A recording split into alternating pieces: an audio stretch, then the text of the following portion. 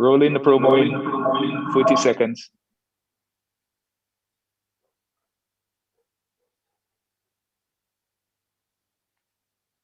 Having some feedback there. Yeah. Yeah, because of my iPad. That's why. Because of my iPad. That's the last time I'm going to be speaking. My iPad would be routing any audio again.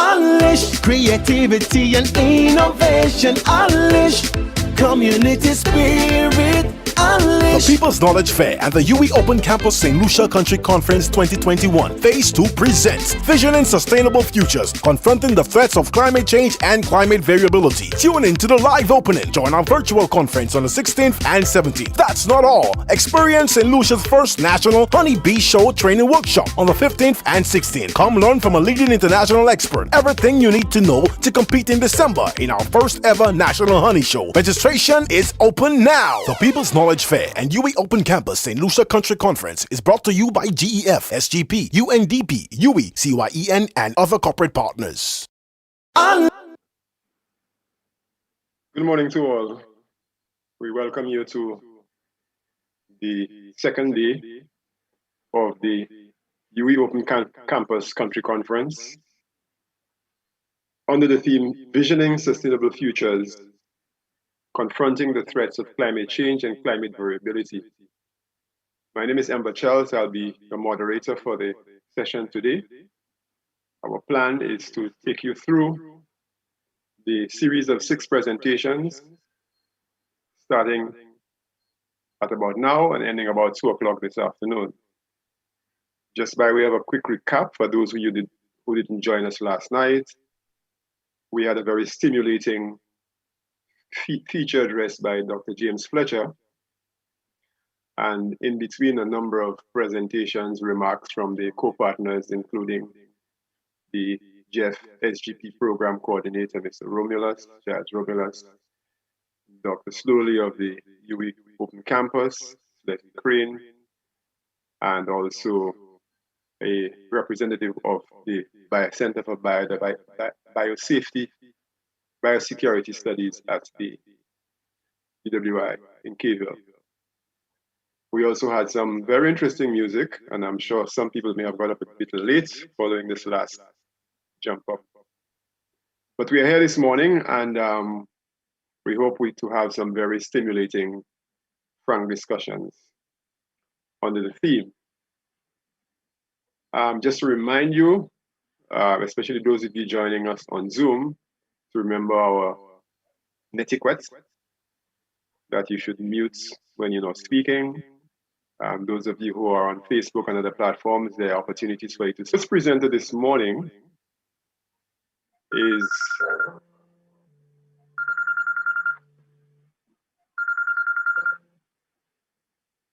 Dr. Cedric Van Meerbeek, who's a climatologist at the Caribbean Institute of Meteorology and Hydrology in Barbados.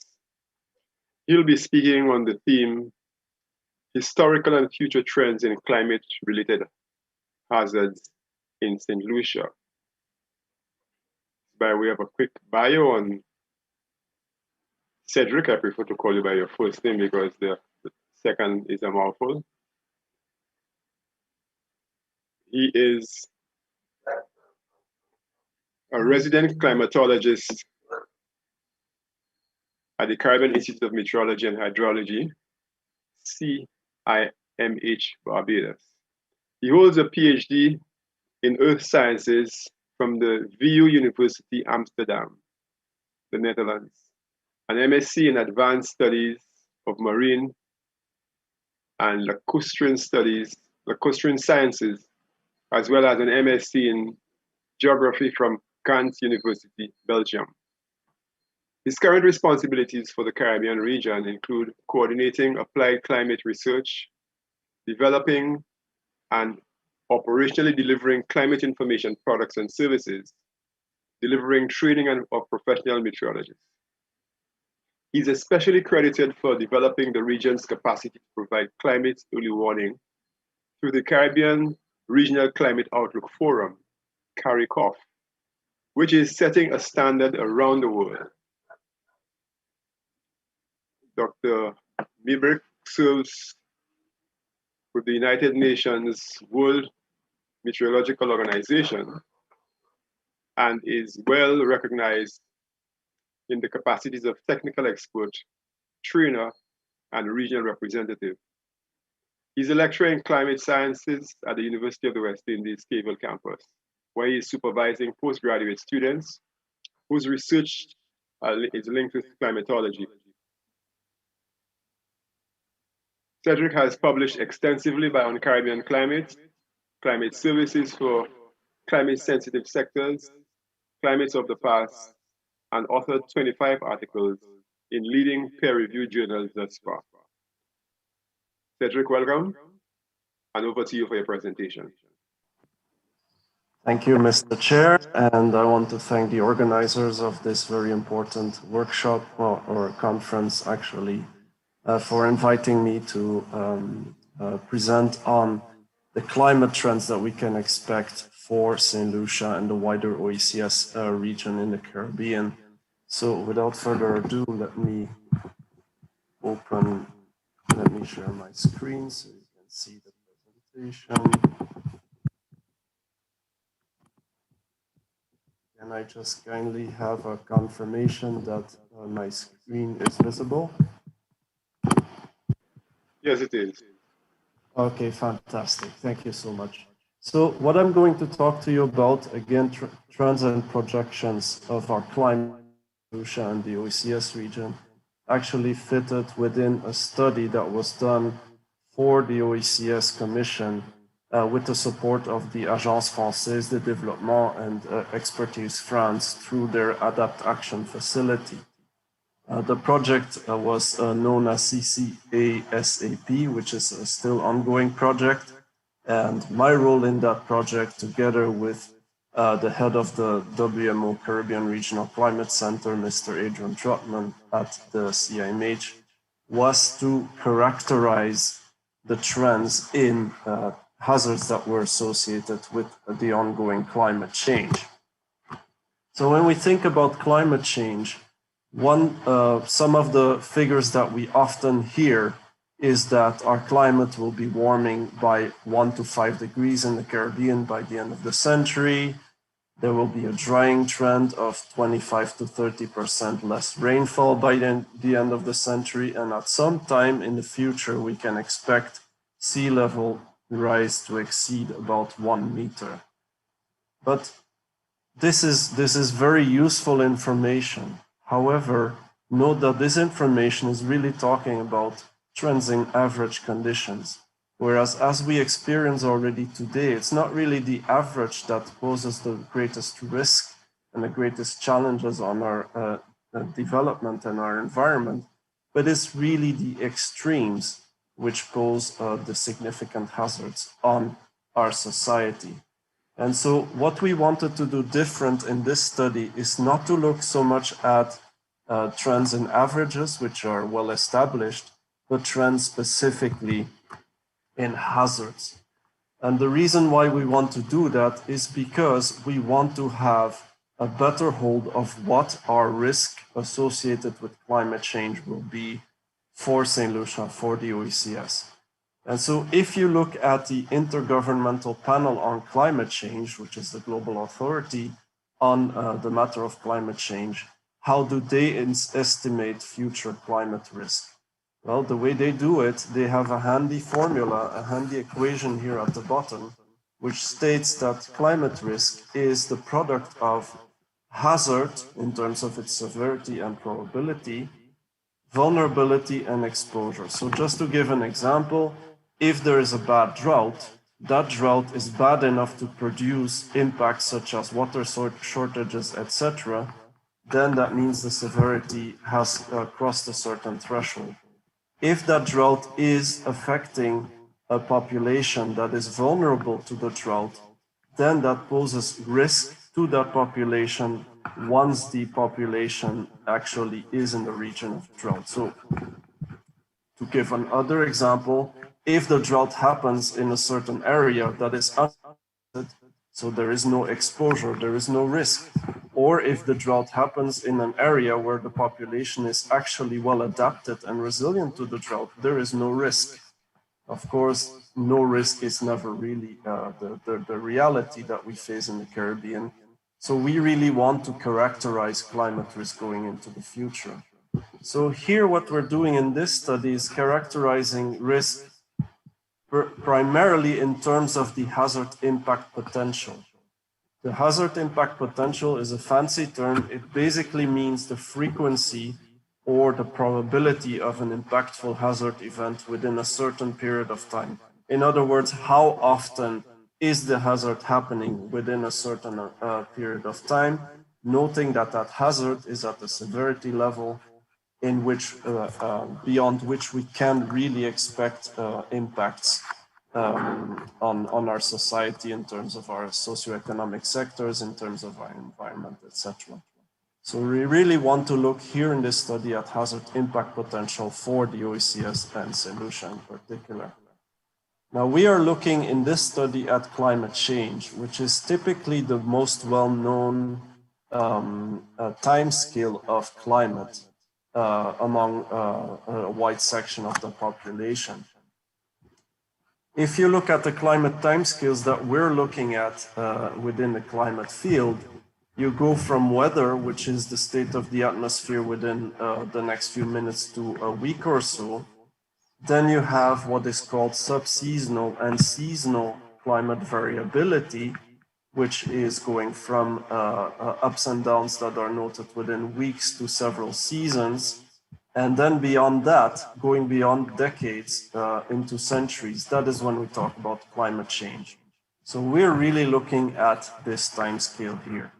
What I want to draw your attention to specifically is here the forecast uncertainty, whereby the width of this wedge is related to the amount of uncertainty that come with certain predictions at those timescales. So the uncertainties are quite small at the very short timescales, but they become larger at larger timescales. The reason why I mention that is that this will have implications as to what is the actual geographical scale at which a study should be done on climate hazards.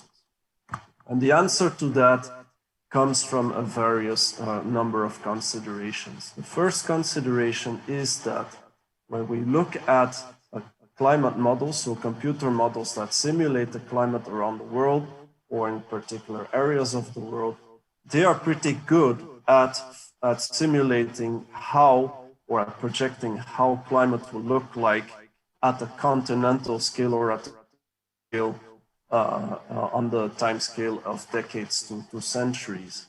They are not really good at very fine-scaled projections. What we find as a compromise is that there is still useful skill at the sub-regional scale. And by sub-regional, I mean, for instance, looking at the Leeward Islands of the OECS region versus the Windward Islands in which St. Lucia is located, of course. So we really can't go much beyond or in greater detail, in greater zoom than the Windward Islands if we look at climate change projections. Another consideration is that geographical differences in the climate hazard impact potential are driven by topography, first and foremost, so how high our mountains and our hills are or how flat the topography is, by wind exposure, whether we're on the leeward or on the windward side, and lastly, by geographic location, by which I mean the longitude and the latitude, so where in the Caribbean region are we located? And because topography is the main factor, this means that substantial differences in hazard impact potential occur at the sub-regional scale between countries of the Caribbean rather than between St. Lucia, for instance, and St. Vincent, or St. Lucia and Martinique. It really doesn't matter too much which Pacific island you are in the Windward Islands. It's really more the topography of the island that is going to define what kind of hazard impact potential you might face. And so therefore, the right scale to study trends in climate hazards across the OECS region is really Leeward Islands versus Windward Islands. That's the best that we can do at present. Just as a comparison, if we want to look, because remember, risk is defined by the product of the hazard, the vulnerability, and the exposure. If we look at vulnerability, again, topography is the major driver of geographical differences in vulnerability. Whereas geographic location, again, is only a minor driver of vulnerability differences. That said, what's really important in terms of vulnerability is the local scale, because local differences in vulnerability will relate, physically at least, to topography, to soil types, to vegetation, etc., which are very different on different sides of an island.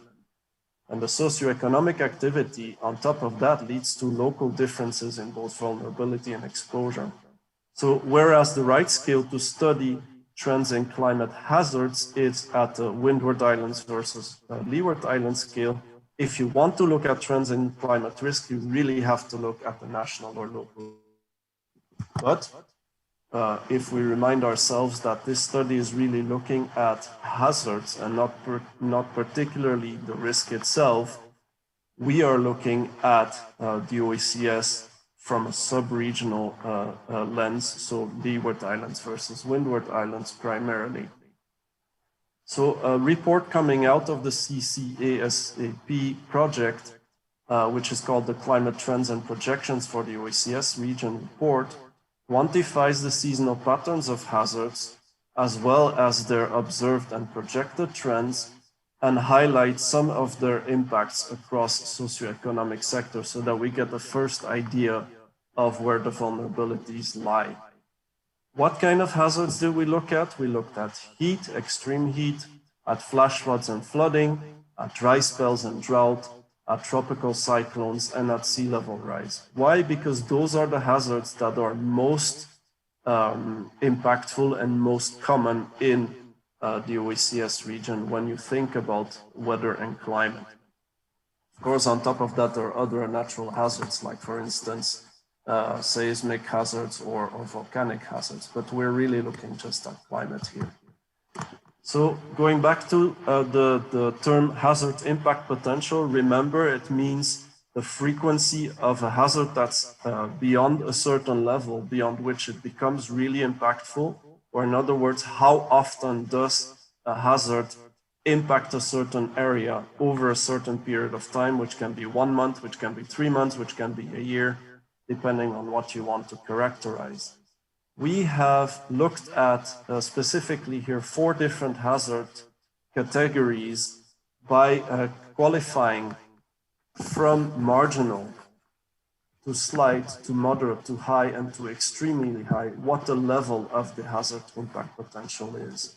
And those are related to certain percentages. So marginal is a really marginal percentage. High is more than half the time, basically, that you're facing a certain hazard. The first hazard that we looked at was excessive heat or extreme heat.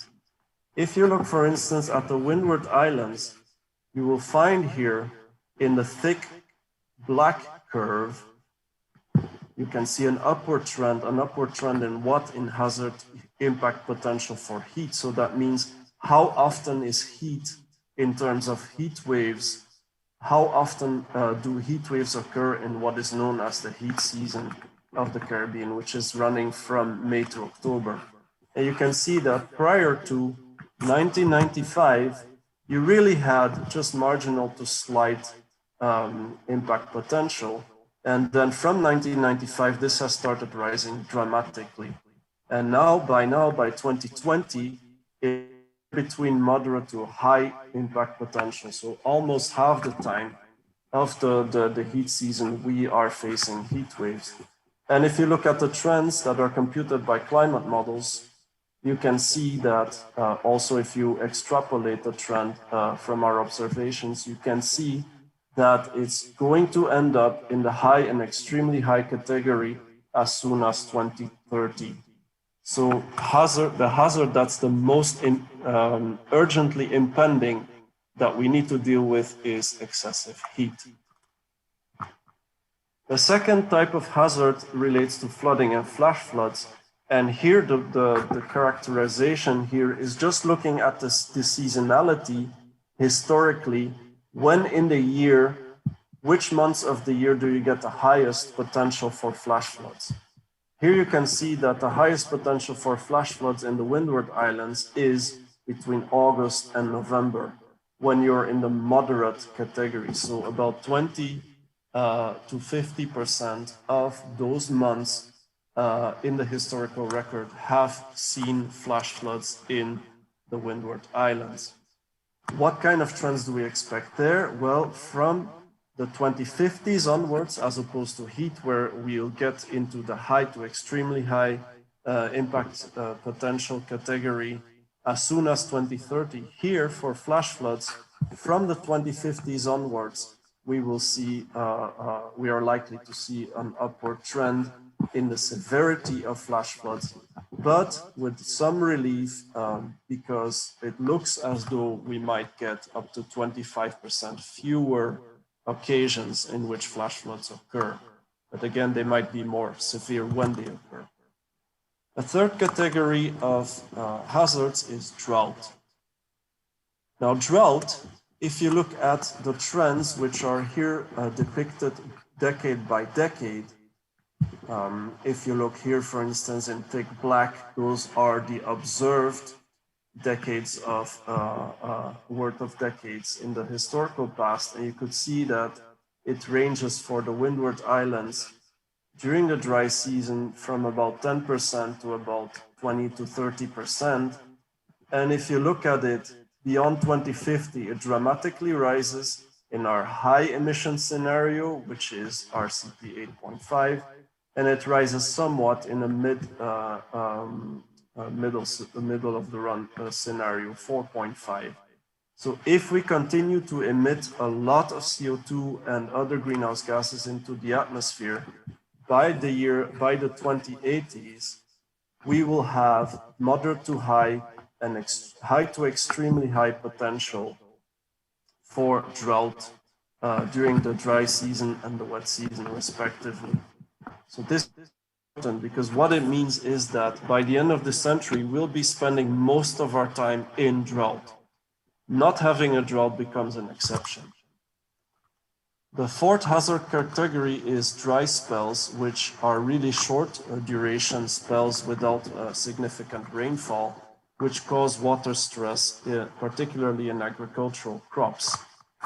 What I want to note here is that if you divide the area of the OECS between smaller islands and places with gentle slopes, and you separate those from areas with steep hills and mountains like St. Lucia, what you find is that islands like St. Lucia are characterized by much lesser hazard impact potential than flatter areas. Note, however, that the extreme south and the extreme north of St. Lucia fit more or less within the gentle slopes, but the rest of the island fits within this area.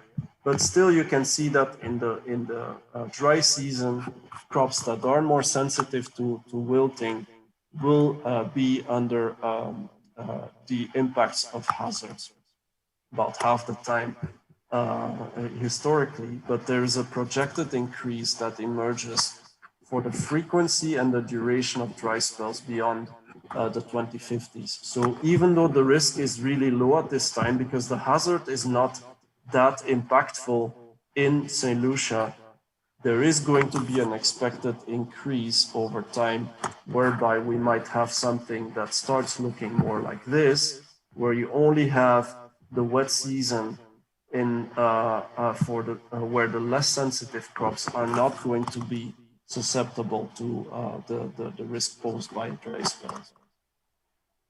Okay, so that was the OECS at the leeward versus windward scale.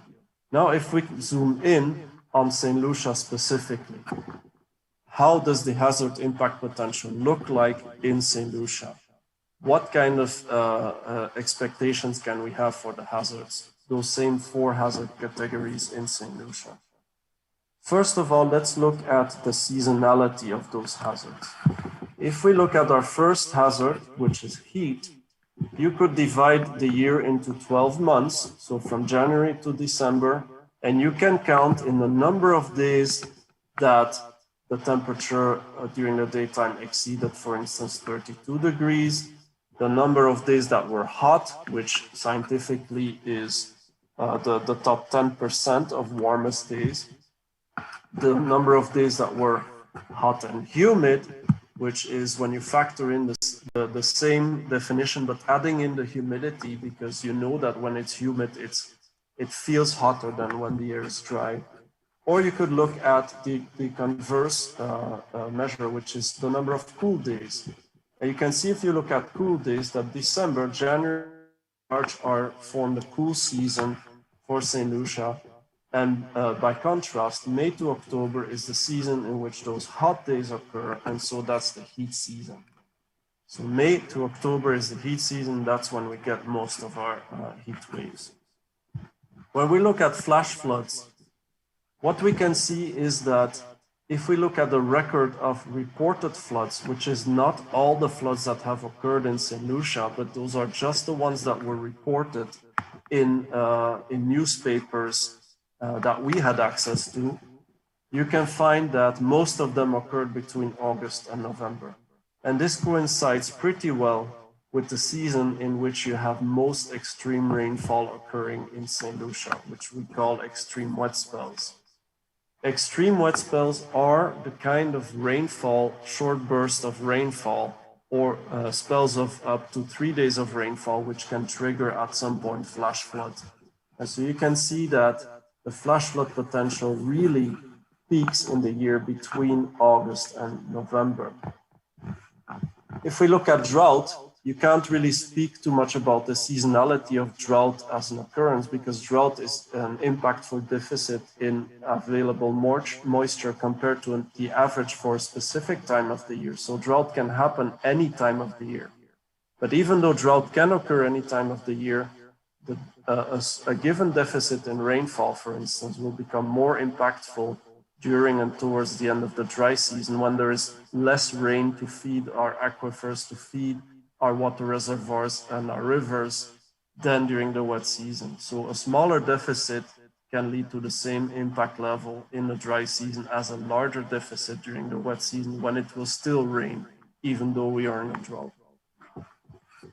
In terms of dry spells, we had already briefly addressed the fact that dry spells are most frequent this is January, February, March, this is February, March, April, this is March, April, May, and this is April, May, June.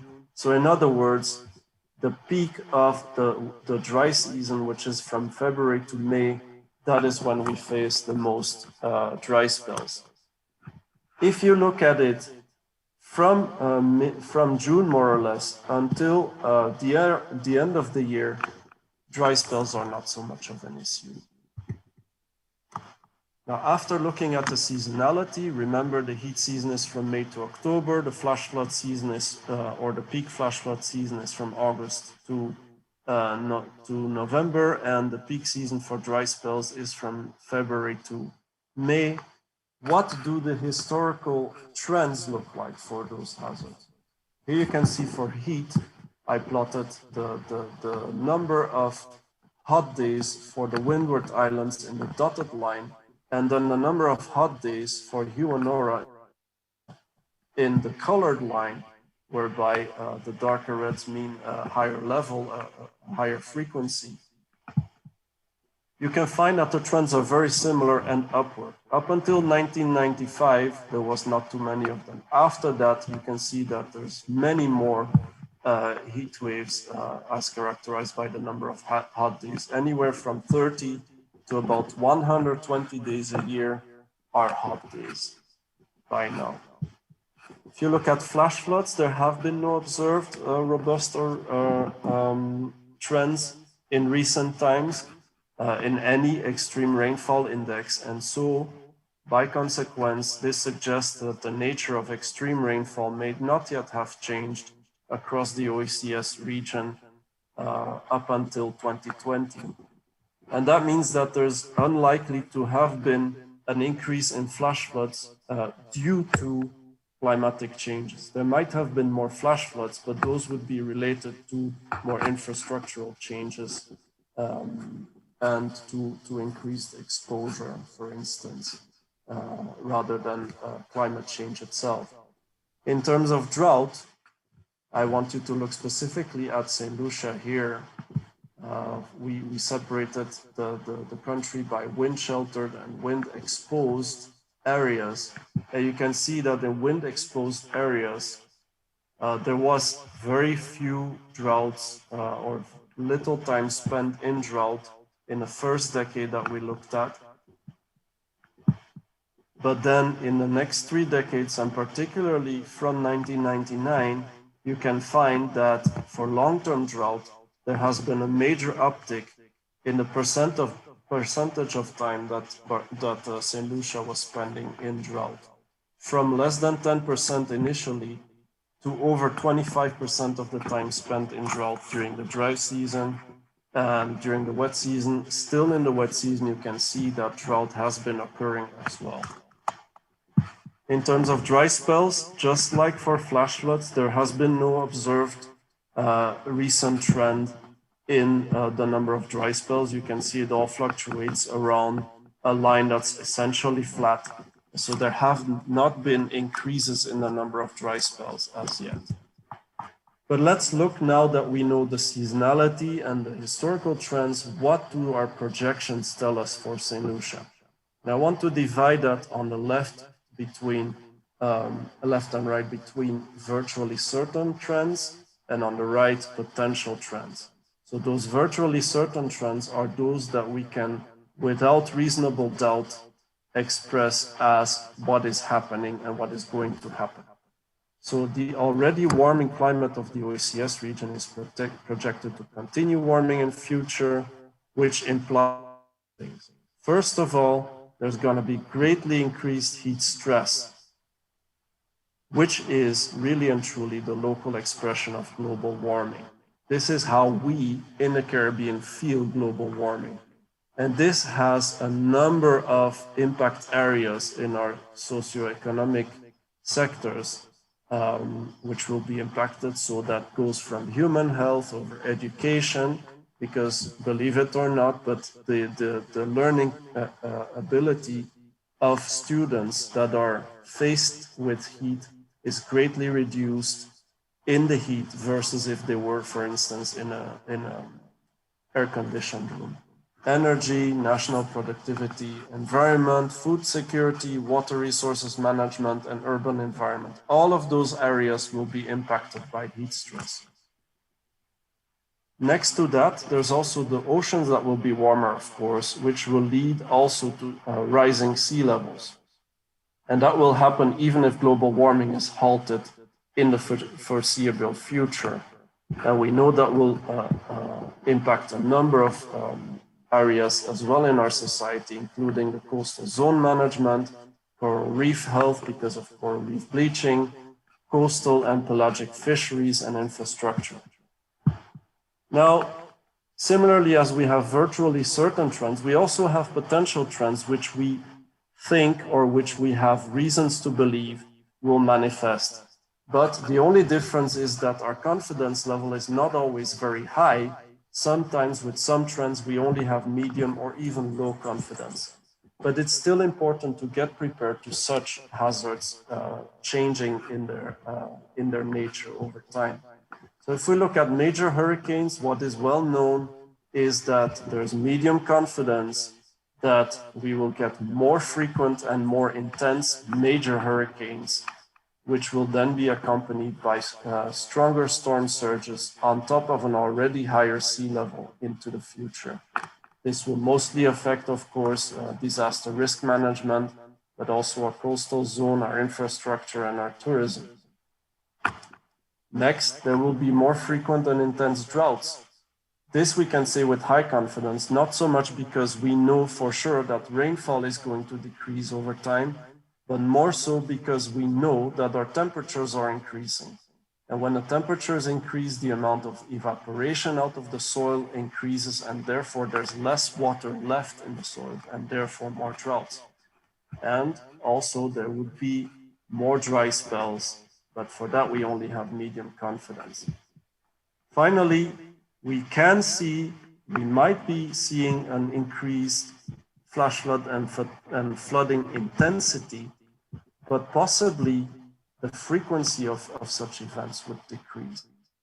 However, you know that it's really the intensity of the more intense occurrences that pose the larger risk. So it's still important to note that the intensity is going to rise. So that's it for me. I thank you all, and I'm looking forward to this discussion we're going to have. Thank you. Bye. Well, thank you very much, Cedric. I guess as someone from the Netherlands, you'd understand the analogy of cricket. Well, I'm from Belgium, but yes. You're from Belgium? From Belgium, yes. But studied in the Netherlands nonetheless, so you would have been exposed to cricket. In Barbados, not in the Netherlands. Not in detail, okay, well, as an opening batsman, I think it was a very slow response to the bouncers, but you did very well. Thank you. We get someone to explain that to you. So now we would have, thanks for your presentation. We have a few minutes, about 15 minutes for questions. Well, 20 minutes actually, but since we're trying to keep the time, we will, if we get questions for 20 minutes, we'll take them. But I would invite those of the participants who have joined us this morning to field their questions. We have the Facebook as well as the YouTube platforms for which participants can field their questions. So as they come up, we'll give them to you. But while we're thinking of, are we waiting? Can you speak a little bit to the implications of your study for disaster mitigation planning? Okay, thank you for the question. The real addition to the body of knowledge of this study is that instead of characterizing climate change in terms of averages, is that we look at extremes and how they impact on hazards. And so part of comprehensive disaster management and disaster risk reduction is really having a good handle on what our hazards are. And this has not to date been characterized to the appropriate level where it would allow us to directly compute risk. What is now the quantum of risk that St. Lucia is facing now and into the future related to specific hazards.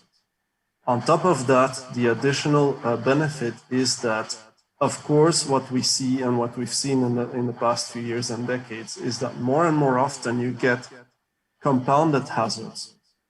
For instance, you can have a very bad hurricane season, like last year's hurricane season had 30 named storms, which was a record.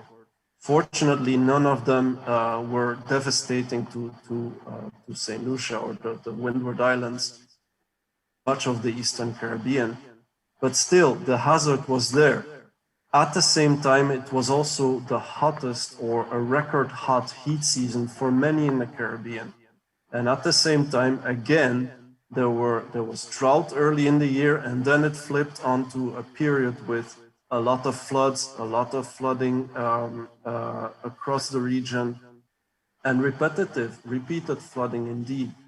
So the added advantage of this study is that it allows, through the hazard potential, impact potential calculations, it allows you to multiply that by the vulnerability and by the exposures that we have in our region, which of course had to be studied as well, had to be quantified as well, to actually know exactly what is our level of risk. We already know that in monetary terms, 9 of the 10 countries which face the largest loss in GDP due to due to hydrometeorological hazards. So weather and climate-related hazards are found in the Caribbean. The 10th country in that top 10 list is a Pacific SID. So what we see is that not only are SIDs impacted more heavily in terms of monetary losses, we also know, of course, that a lot of those extreme events can cause injury, can cause loss of limb and loss of lives and livelihoods. But what we see is that the Caribbean is not only facing these kind of losses because our vulnerability is high, but we also see that there is a change in some of our hazards. And it's that change in the hazards that we need to know into the future. That's really what this project was about. How do those hazards change into the future? Right. Remind the participants on the Zoom platform, you can ask your questions, just raise your hand or just put on your on mute or put on your camera, and we will take your questions as they come in. But while we are waiting, I will take the opportunity to field another question, if you don't mind. Sure. And it has to do with our approach to data collection on climate matters. Traditional folk monitored weather patterns, and whether in your current research or at any point in time that some consultation has been done or research with them to get a sense and forecast for weather patterns. Yeah, so you a very important aspect of climate change, which is the expression of climate change as we feel it, as we experience it, and as we perceive it. So we're really talking about perception of climate change here, which is data that we should be tracking indeed. This is very important because, as you know, in the past, we've all been adapted to our local circumstances, and we dealt with it in more traditional ways rather than relying on technology. And the same goes with measuring or perceiving what our climate really is. So there needs to be a certain level of effort put into what we call data rescuing or data rescue, where we actually start factoring in the perceived climate conditions and climate changes in the past to add to the measured climate changes that we've seen across the world. So indeed, to factor that in would be beneficial in terms of particularly knowing our local circumstances, because one farmer on one side of the island might not face the same kind of hazards and might not be as vulnerable or exposed as a farmer on the other side of the island. But the weather stations are only limited in their numbers. The main stations for St. Lucia are at the two main airports, so Leonora and Vigi. So that doesn't mean that the interior of St. Lucia, or for instance, places like Soufriere, experience exactly the same climate conditions and exactly the same hazards. So having that traditional knowledge, that perceived aspect of climate, is very important to zoom in to the local level. That has not yet been done in a systematic effort, or at least not in terms of integrating that with observed weather data, but it is something that should be high on our agendas. So I really appreciate the question you asked. Yes, thank you. As you suggested, that's probably some work to be done. And what I can provide some guidance or assistance with is, I guess, from countries like St. Lucia and Dominica, where you have a lot of these traditional folks, some particular manifestations of weather patterns. And that will probably be somewhat of a help in your research going forward. So we're looking forward to that. Sorry for the question to you then, do you know if such knowledge has been already stored in certain data sets? Or is this really something that needs to be collected on the field? It has to be collected in the field. You may some of the older extension officers, for instance, in the ministries has been published. But it would be an ideal opportunity to try to capture this in a very organized way that it can be used and assessed scientifically. Yes, thank you for that. That's really valuable. Thank you. Okay. Thank you. I don't see any questions on any of our platforms. I wouldn't want to prolong you any further. We have. So let me just thank you, Cedric, for your excellent start to our conference. I think it was a very sound presentation, a lot of information makers in terms of policy on responding to climate change as well as disaster mitigation, etc. Thank you. For that, I actually have good news because this report was presented for the Council of Ministers. Thank you very much for the opportunity to present, and I wish everybody a successful and very productive 2 days ahead in learning about climate change in St. Lucia. Yeah. Thank you very much, and I hope you will probably stay with us when you have the opportunity throughout the next 2 days. Unfortunately, I have a workshop to lead, which starts in 15 minutes for the next 2 weeks. But right. I was really happy to be able to participate, and I wish you all the best in your considerations. All right, thank you. Thank you very much. Okay, thanks for the presentation. But in the meantime, I will ask the technical team if we could just on climate change.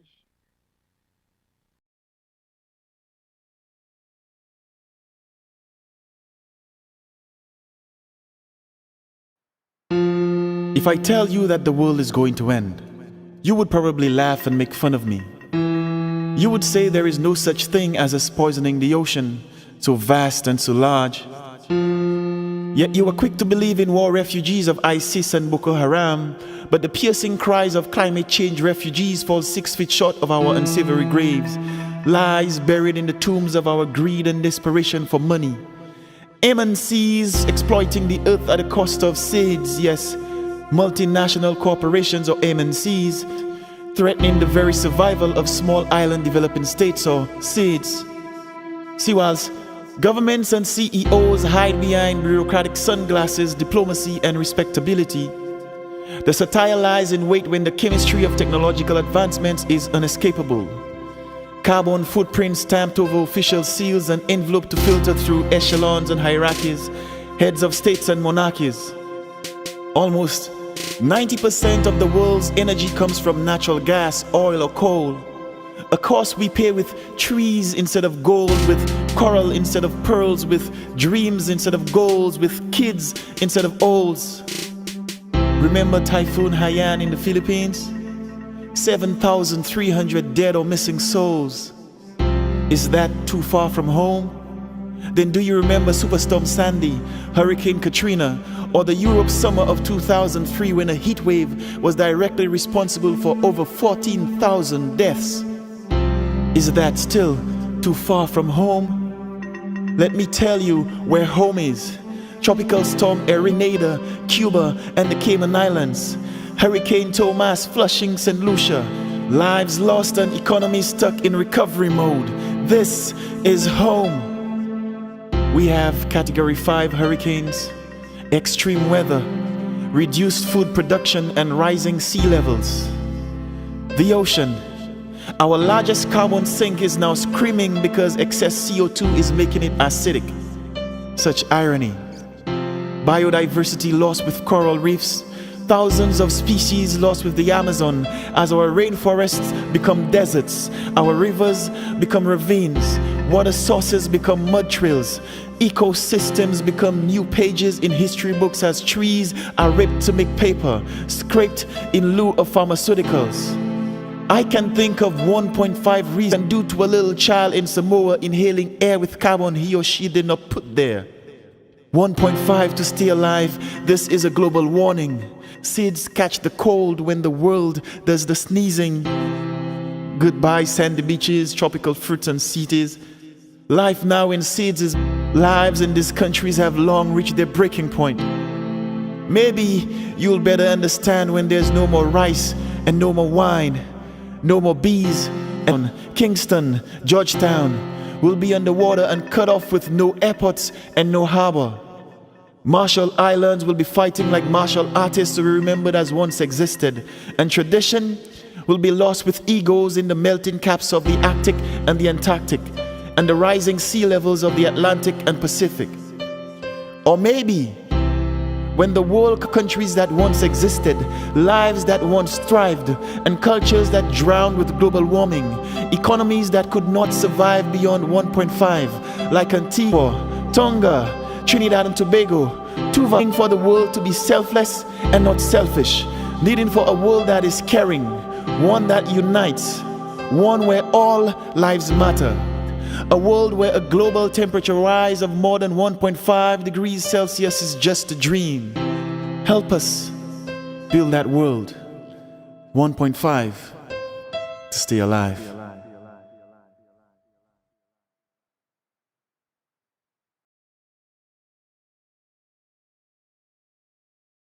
Just for a couple of minutes, as we got a question for him. The individual asked from Vincent Peter, who asked how he can access the region are using the data about these hazard projections in their planning and decision making. Last. Vincent Peter. Mr. Peter, I guess. Yes. Yes. Thank you, Mr. Peter, for the question. Allow me to just share the screen again, because I want to show you there is a link at which you can download. At which you can download the report directly. Now, I want to ask Mr. Chair if this link could be sent out to Mr. Peter right after this talk or later on during the conference, so that he and us, also others, could access it. I will paste it here in the Zoom chat, but I know that many people are connected through other media. So if that could be given to them, that would be wonderful. Thank you. Okay, yes, we do that. Thank you. In terms of how this is incorporated, well, keep in mind that this is a very new report. This is 2020. So it will require some time for the information contained in the report to be mainstreamed into decision-making and policy-making. So the main point is that we need to be strong in our efforts of building awareness, of educating our people, so that our people demand our governments to factor in these kind of considerations.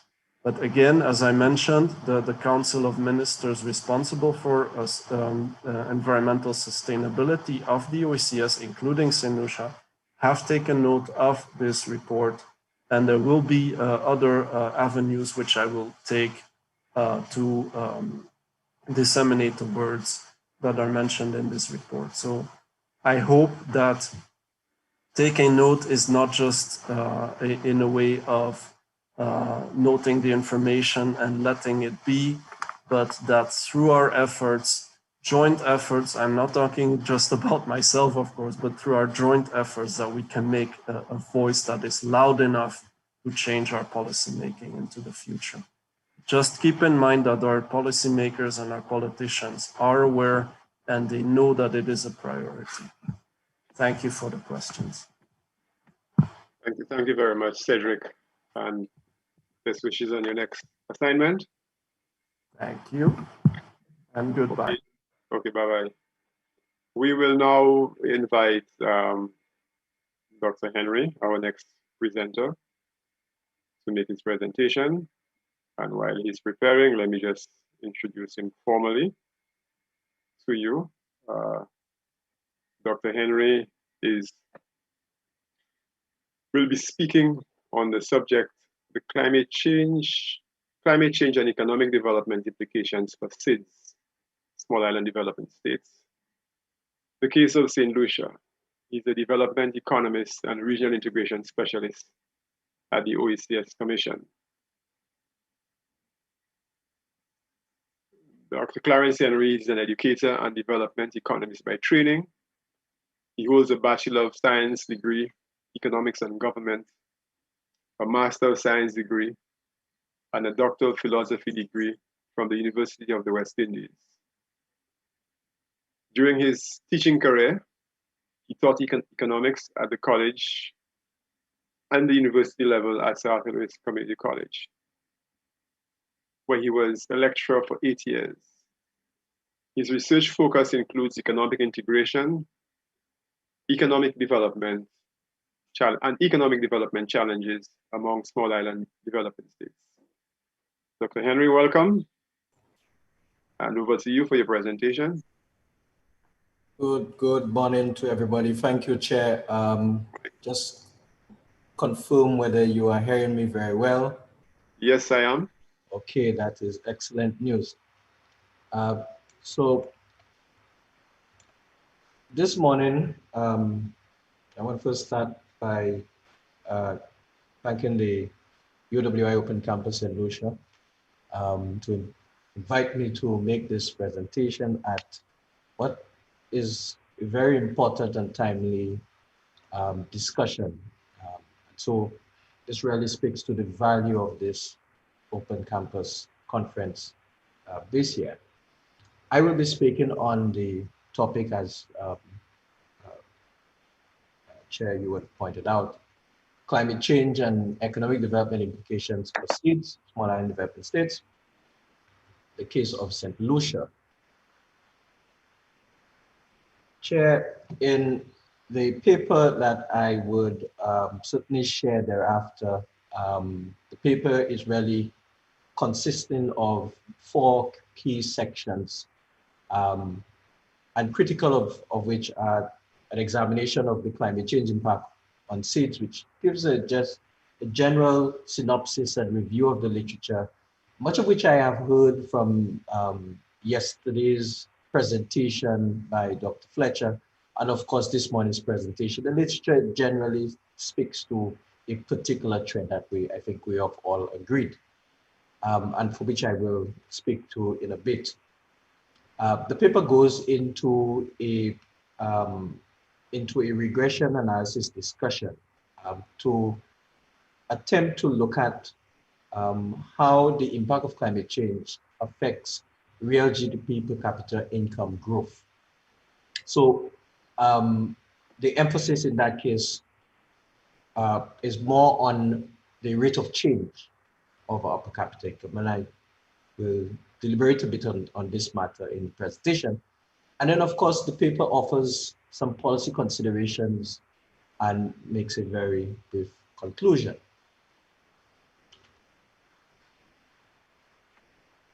So, Chair, if I may offer a definition, which of course is not mine and it's widely used. It's the expected definition for anyone who will speak to the issue of climate change by the United Nations Framework Convention on Climate Change, UNFCCC. The convention defined climate change as a change of climate which is attributed directly or indirectly to human activity that alters the composition of the global atmosphere, and which is in addition to natural climate variability observed over comparable time periods. Now, the graph on the left was illustrated only last night at the introductory contribution of Dr. Fletcher, and it really demonstrates the extent to which temperature have heated up over the last 3 decades at least, and hence the discussion on how do we address the threat that climate change presents, particularly to small and developing states, and in the context of the Caribbean, particularly to the Caribbean. So, may I provide a sort of a general sense of where we're at, just going back to the notion of climate change. You know, persons may say climate change remains a hoax. Well, the reality is the 2017 hurricane season provided a very excellent reference to the reality of climate change and how real climate change itself is. So you have a situation where the hurricane season in 2017 exceeded baseline norms for the period of 1981 to 2010. You're talking about 30-year period span. And then when you go down to the numbers, as it were, data from the emergency events database for that particular year highlighted 367 natural disasters being observed, resulting in an economic loss of US $326 billion. Much of those losses are noted in developing countries. Many countries with low to middle income level status. And to zero in on the solution case, it is noted that 6 of the major hurricanes that St. Lucia would have experienced between 1980 and 2010, 30-year period again, 4 of which actually occurred in the last 10 years. Well, between 1999 and 2010 in that case. And that is significant to bear in mind. Now, we need to really appreciate what is happening in the context of this discussion and St. Lucia. The reality is St. Lucia is considered to be very vulnerable to climate change. And in fact, St. Lucia ranks among the top 10% of countries vulnerable to climate change. And in a recent paper by Ram et al. Of the Caribbean Development Bank, looking at the multidimensional discussion on vulnerability, St. Lucia was ranked as high as second in various categories in terms of vulnerability to climate, to economic, environmental issues, which includes climate change hazards. So I think it's important to have that sink in. So we are very vulnerable to climate change. But at the same time, these are our realities. We are a small open economy, heavily dependent on services tourism. We have economic growth and real GDP per capita income growth that has been declining since the 1980s. And as I indicated previously, we've been unlucky perhaps to be hit by more major storms over the last 20 years in comparison to period before. So if I may focus your attention on figure 1, which is to the right of the slide, you would realize every major natural disaster event has brought about significant downturn. I'm not sure if you're able to see my cursor, but if you focus on the 1980s, we move from having a peak in growth, and in 1980 with Allen, a decline in growth with Allen costing over 69% of GDP in terms of losses. And if we move to 1994, thereabout, was the time when we have, and many of you would remember, Tropical Storm Debbie, right? Resulting in about 14% or so in terms of GDP losses. And then more recently, we have examples such as in 2007 with Hurricane Dean, which struck us at, I believe, Category 2. And I experienced Hurricane Dean, but actually in Jamaica, which struck Jamaica as a Category 4. You see again, every time there is a major storm, there's a decline. Of course, some of the decline in growth is also associated with international economic events like economic recession. And of course, 2008, 2009 period would also reflect the global financial crisis. And then of course, more recently, we had Hurricane Thomas in 2010. Now, this is the same data I'm actually sharing here, but I just want to zero in on how much we have been growing less, and how GDP per capita income are beginning to move in a tepid manner. So you have the 1980s, where we would have grown very quickly. Per capita income growth would have been on average around 5%. And when you compare that now with 2019, per capita income growth is about 1%, 1.07% to be exact, for St. Lucia. The case not too significantly different from the rest of the OECD. So does climate change impact play a role in the downward trend that we see in economic growth and in particularly growth in per capita income? Now, this is what this paper sought to address and to get an appreciation of how far it is impacting. Now, let me get into the real issue of climate change and its impact.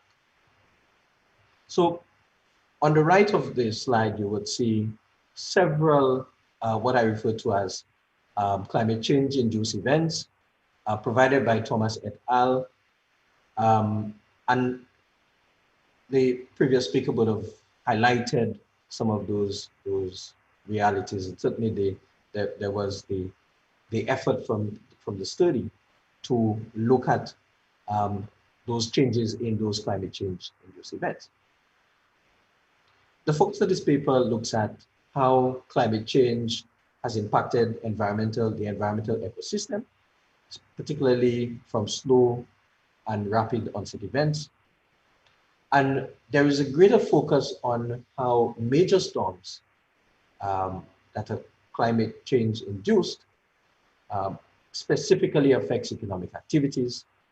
And in that case, there is a focus on the core economic activities of smaller and developing states, and of course, St. Lucia. And so there is the emphasis on how has climate-induced events impacted economic activity, tourism, and in agricultural sector. And then emerging out of that, what is the cost to smaller and developing states like St. Lucia in terms of GDP loss, and in terms of what we're talking about, declining economic development outcomes, rising poverty, rising public debt levels, and so forth.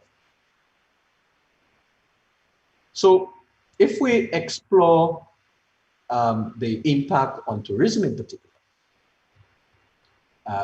there are several ways in which the tourism industry is impacted by climate change. So Monidi et al. Would have examined this issue for Jamaica and for St. Lucia, looking at how damages to the international transportation assets, such as airports and seaports, impact the tourism sector. Macfield and Burke et al. Would have looked at the whole issue of how climate change events would have impacted the accommodation and attraction sectors in tourism. And so, in particular, Burke et al. Would have highlighted, for instance, that losses of over $100 to $300 million per year are noted in the area of dive tourism, and losses of 140 to 420 US million per year are noted in terms of the reduced shoreline protection services that are brought about. Fazil 2020 would have noted in terms of how, and doing an econometric study for Mauritius, would have looked at how the impact of precipitation levels on tourism arrivals. And they would have found that the higher the level, the lower would be the number of tourists arriving. And of course, for Mauritius, it would mean less tourism dollars, higher unemployment, less tax revenues for the government. And all of these would reflect in the output, the macroeconomic outputs in terms of growth in GDP, but also growth in per capita income, poverty levels, and the human lot of persons dependent on such sectors. All right, just bear with me because I'm going up and down and I haven't figured out it should be down. Now, in terms of the impact of the agriculture and fisheries sector, which is another critical economic activity impacted by climate change. In the fisheries sector, it is noted that declining coral reef population will cost US 95 to 140 million in annual losses. And in fact, McPhail makes the point that it will cost the fisheries sector those losses.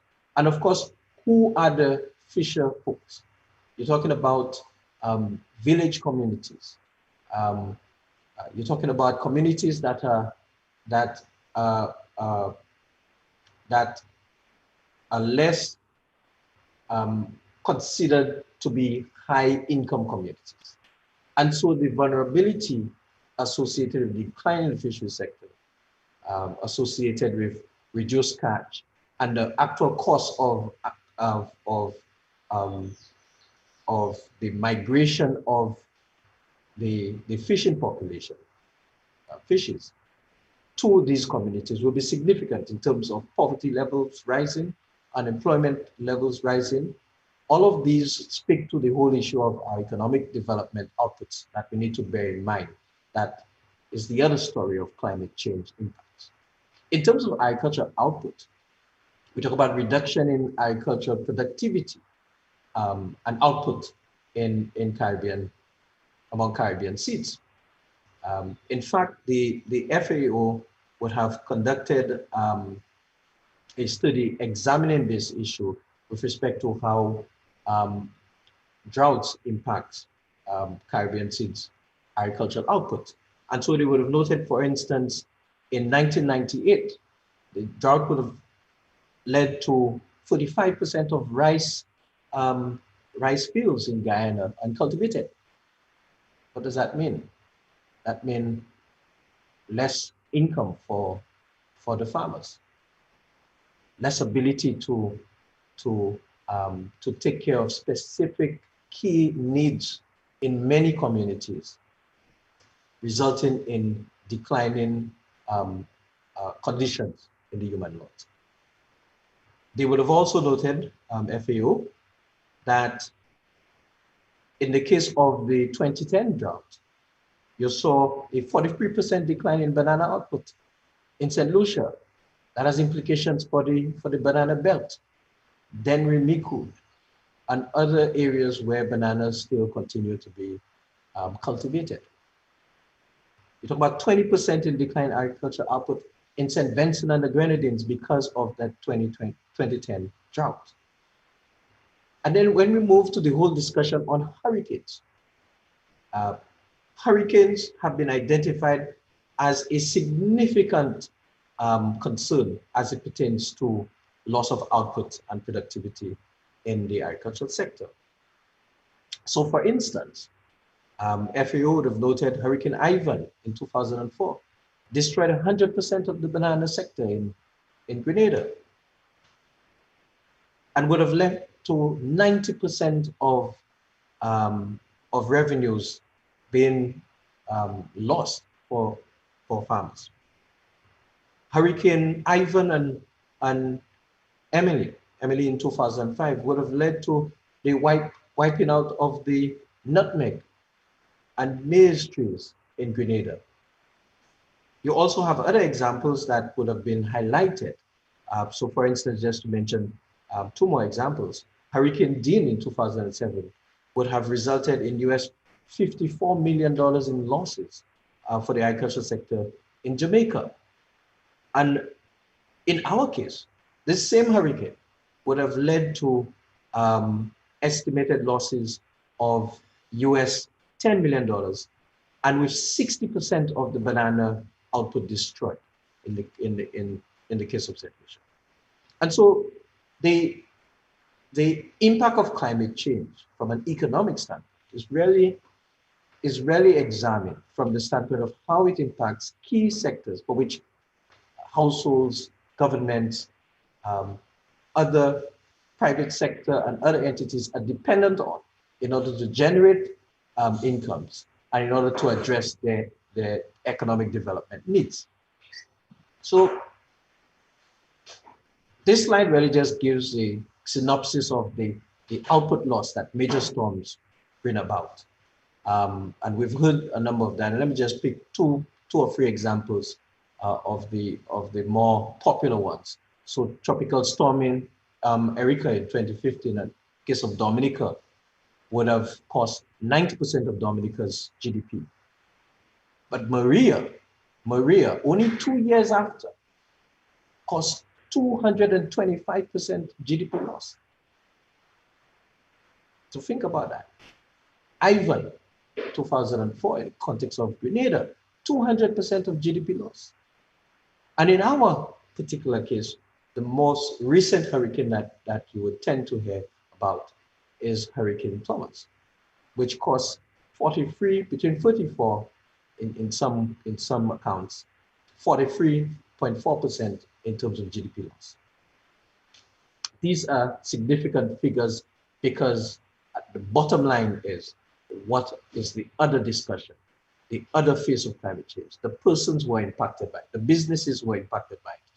Ultimately, the result of that would be a declining state of our economic development outcomes, higher poverty levels, greater unemployment, higher public debt levels. All of these tend to be, particularly bearing in mind that climate change tends to intensify those situations. Those realities will bring about declining economic development and growth, certainly. So let me just very quickly go into the econometric part of the paper. So the paper is estimated a regression, simple regression model, looking at GDP, real GDP per capita, income growth as the dependent variable, and examine several macroeconomic determinants in their inflation, foreign direct investment, but also bearing in mind the critical nature of tourism would have also included data on tourism. Of course, only the international tourism arrivals would have been used because of lack of statistical significance of the other variables. The government operations, I looked at debt servicing, and of course, the thing with examining how natural disasters or climate change in an econometric model will impact growth, for instance, capita income growth, in particular, as it is the case with this paper, is that most times you will need to identify the occurrence of the event. And so dummy variables will be created for one storms, which looks at all key storms identified by the MDAT, but also would have emphasized among all storms, the particular storms that would be considered as major storms.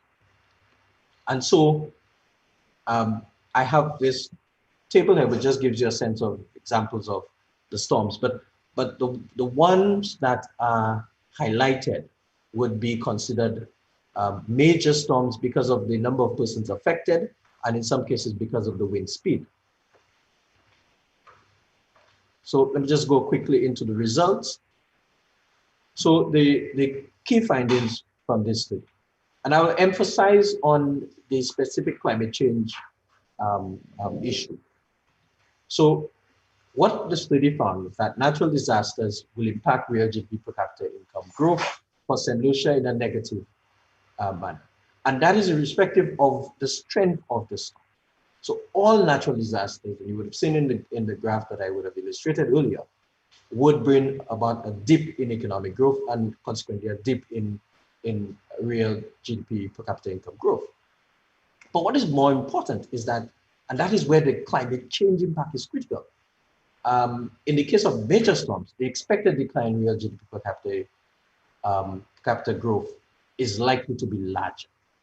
That's important. And my estimate showed twice as much larger.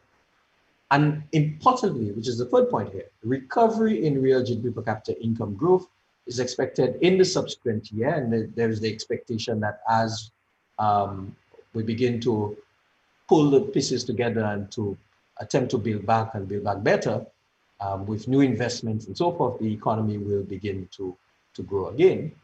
However, the recovery rate is expected to be slower the stronger the natural disaster, based on wind speed and, like I said, number of persons impacted. And so how do we address this matter? So I have advanced some policy considerations here in the paper.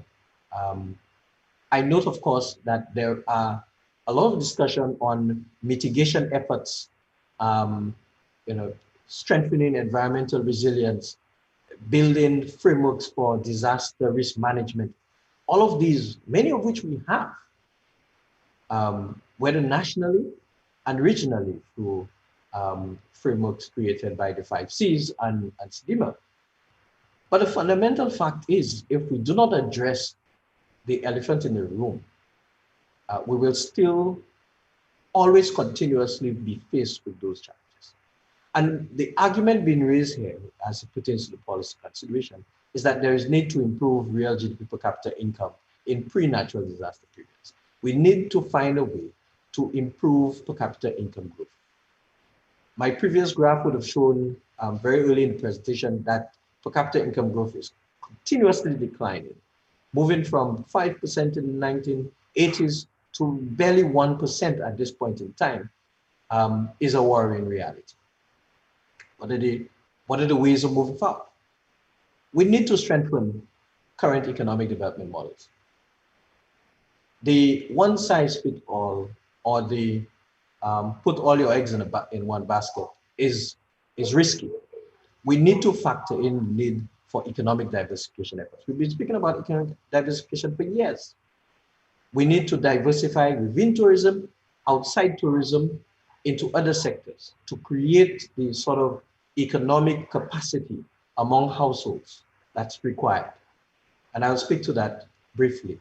We need to examine policies that will improve the mean wages in the major economic sectors such as tourism, right? And that is critical in order to ensure that at the end of the day, that persons have income levels that would allow them to be able to strengthen their resilience to climate change events. And there's need to improvement in and sustainability of social safety nets programs. And let me just say one or two statements on what the argument being raised. If persons have high levels of incomes, they can build better homes. The reality that faces many village communities and communities prone to flooding, and consequently, they are at the heart of the potential risk associated with major storms, is that there isn't anywhere else to go. The inability to afford land beyond the village is something to look at. Right? The ability to build homes that will withstand Category 5, and with Irma and Maria, we may well be talking about Category 6 type hurricanes, will depend on the ability to afford. The ability to rebuild back will depend on the ability to afford insurance to do so. And bear in mind the rising debt levels of our governments, it is very difficult for government to take on the responsibility to do massive relocation or massive enhancement in housing stock. So that at the end of the day, in the event of a natural disaster, which is expected because we are very vulnerable, persons can withstand the impact. Right? Economic sectors need to be strengthened so that they're more resilient. And I noted the recommendations provided by Dr. Fletcher last night, which were very sound and solid recommendations. So essentially, this is the policy consideration. Measures to improve real GDP per capita income in pre-natural disaster periods so that we are in a better position, households, individuals are in a better position to withstand the impact of natural disasters and certainly avoid the possible negative economic development consequences that will be faced. With that said, I want to thank you and willing to take any questions that come up. Thank you very much, Dr. Henry, for your presentation. Quite a lot of detailed information to us, and I know you didn't have the opportunity to go into detail in terms of your model and the. Sorry. Can I stop sharing? Should I? You could stop sharing for the time being, yeah, because we will just take some questions. Yeah. I was just saying, repeating while I was off camera, saying thank you for the presentation. And of course, in conferences like these, you really get the chance to go into detail in terms of the model. But I guess we are more questioning. So we'll invite members of the platforms to field their questions. But while we do that, I have one question for you. Of course, the proverbial elephant in the rooms, in terms of cushioning the impact of you did mention policies in terms of wage increases, ensuring that more people have resources to build. But the relationship between that and saving, I remember that one of the peeves of the late Sir Dwight Venner, with disasters, we have very little room to maneuver, even though we may have benefited from increased GDP in the previous period, but doesn't translate because, of course, of a number of reasons. A lot of capital flights and all of these sort of things are happening. And just unmute. Yeah, certainly. Yeah, I was fighting with the unmute button. No, certainly. The model would not have included a variable for savings, especially savings rate. But we need to bear in mind that one of the things that helps savings is to be able to grow. With greater growth, or higher growth, more income, you're able to save more. But then you need the policies to ensure that that those savings are actually realized, because you can grow quickly income and not save. The ECCB would have looked at the issue of debt. And I'm using that example in terms of the government situation. The issue of debt, for instance, and looked at how growth in debt relates to GDP growth, and recognize that the ECCU tend to approach higher debt levels in times when growth is lower. And whereas at higher growth levels, which means higher revenues for the government, debt, the public sector borrowing requirement is to save if you have two things. If you have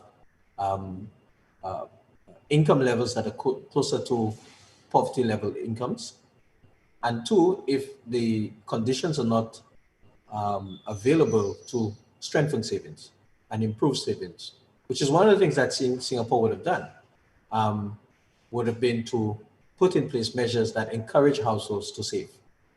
So savings is critical.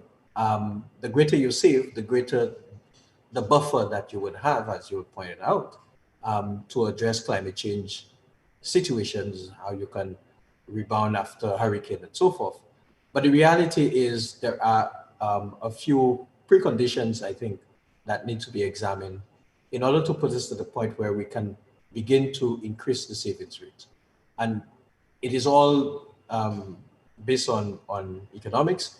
I believe if we strengthen diversification efforts, and over time that improving our savings rate, and of course, ultimately putting households in a better position to ride, so to speak, climate change events, because we're not stopping those events. They are coming. They're coming at us, and we're not going to stop them. We just know they're coming. We need to prepare for them.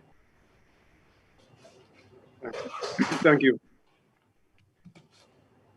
Any questions?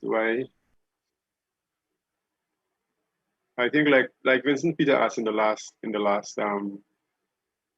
presentation, there's a broader issue of the application of that research to current policy and programming at the government level.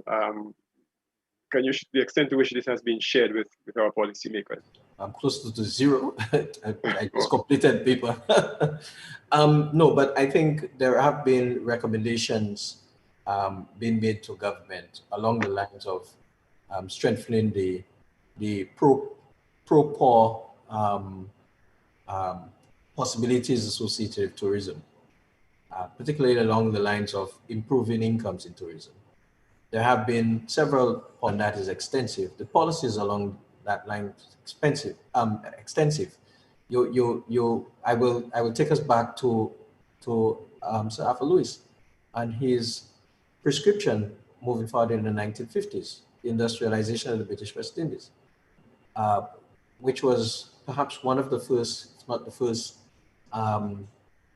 broad industrial policy measure for strengthening diversification efforts, moving from a monocrop dependency and creating linkages between agriculture and new industries along to a level of rapid economic growth and development for us.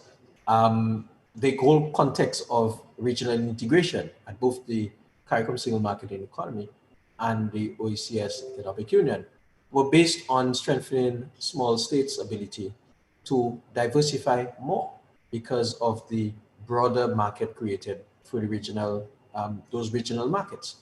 And I can go on and on and on, but essentially these policies have been packaged, repackaged, represented, and policies to improve our capacity to address our vulnerability. Again, what I'm proposing here in the paper would form part of the broad recommendations that would be advanced to government. But again, these are more long-term, been so widely expressed by scholars, especially climatologists and others. The need for strengthening disaster risk management framework. That doesn't change that fact. All of those things need to happen alongside of looking at how do we reduce our economic vulnerability, because most times our economic vulnerability. While we're waiting for questions or comments, just let me remind our participants, there is an evaluation, ongoing evaluation during the conference, and we would like each effective media by just clicking the link which has been sent. Clearly, this will assist us in improving both the conference organization as well as the presentations and work that you have written. So for now, unless you have any additional information to share, Dr. Henry, I'll give you a few minutes, a couple of minutes again, if you want to. Thanks, Chair, for that. I think if I go back to the model, I think that's the emphasis that needs to be placed here. You have a declining trend in per capita income. That doesn't change the fact that we are an upper middle income country. But notwithstanding that, your growth in per capita income speaks to whether I build a plywood house or I build a wall house, 3-bedroom, whether I build on pillars or not, whether I get insurance for my home or not. All of these are critical considerations, but with limited income, you do not have the capacity to do that. And with government increasing fiscal constraints, government as an, I think one of the things that I want to leave persons with this morning is the need for us to consider how do we strengthen and expand persons' capacity to have options. And if we're able to do that, we may find ourselves in a situation where, regardless of the strength of your housing stock gets damaged versus 80% or 90%, that's a reduction in the cost.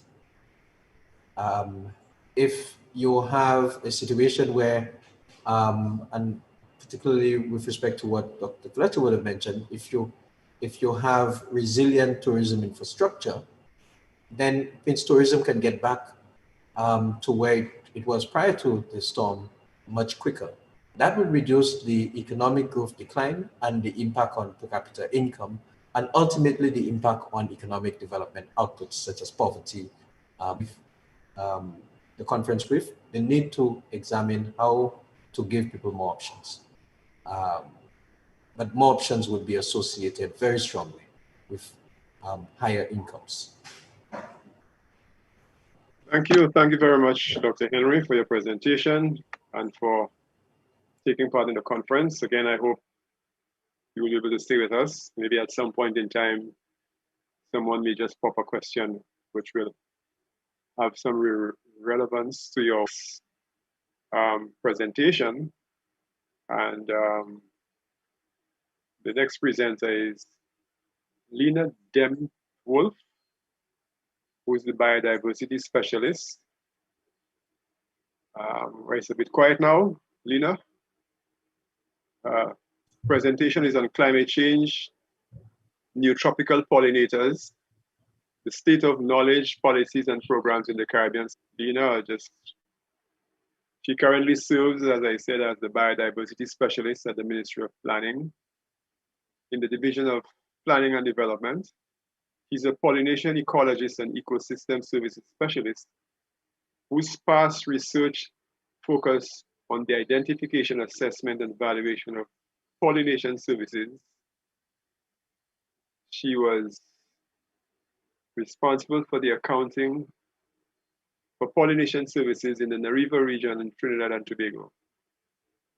She also worked at the Global Water, the Water Climate and Development Program, and supported a number of projects, including improving forest protected area management in Trinidad and Tobago.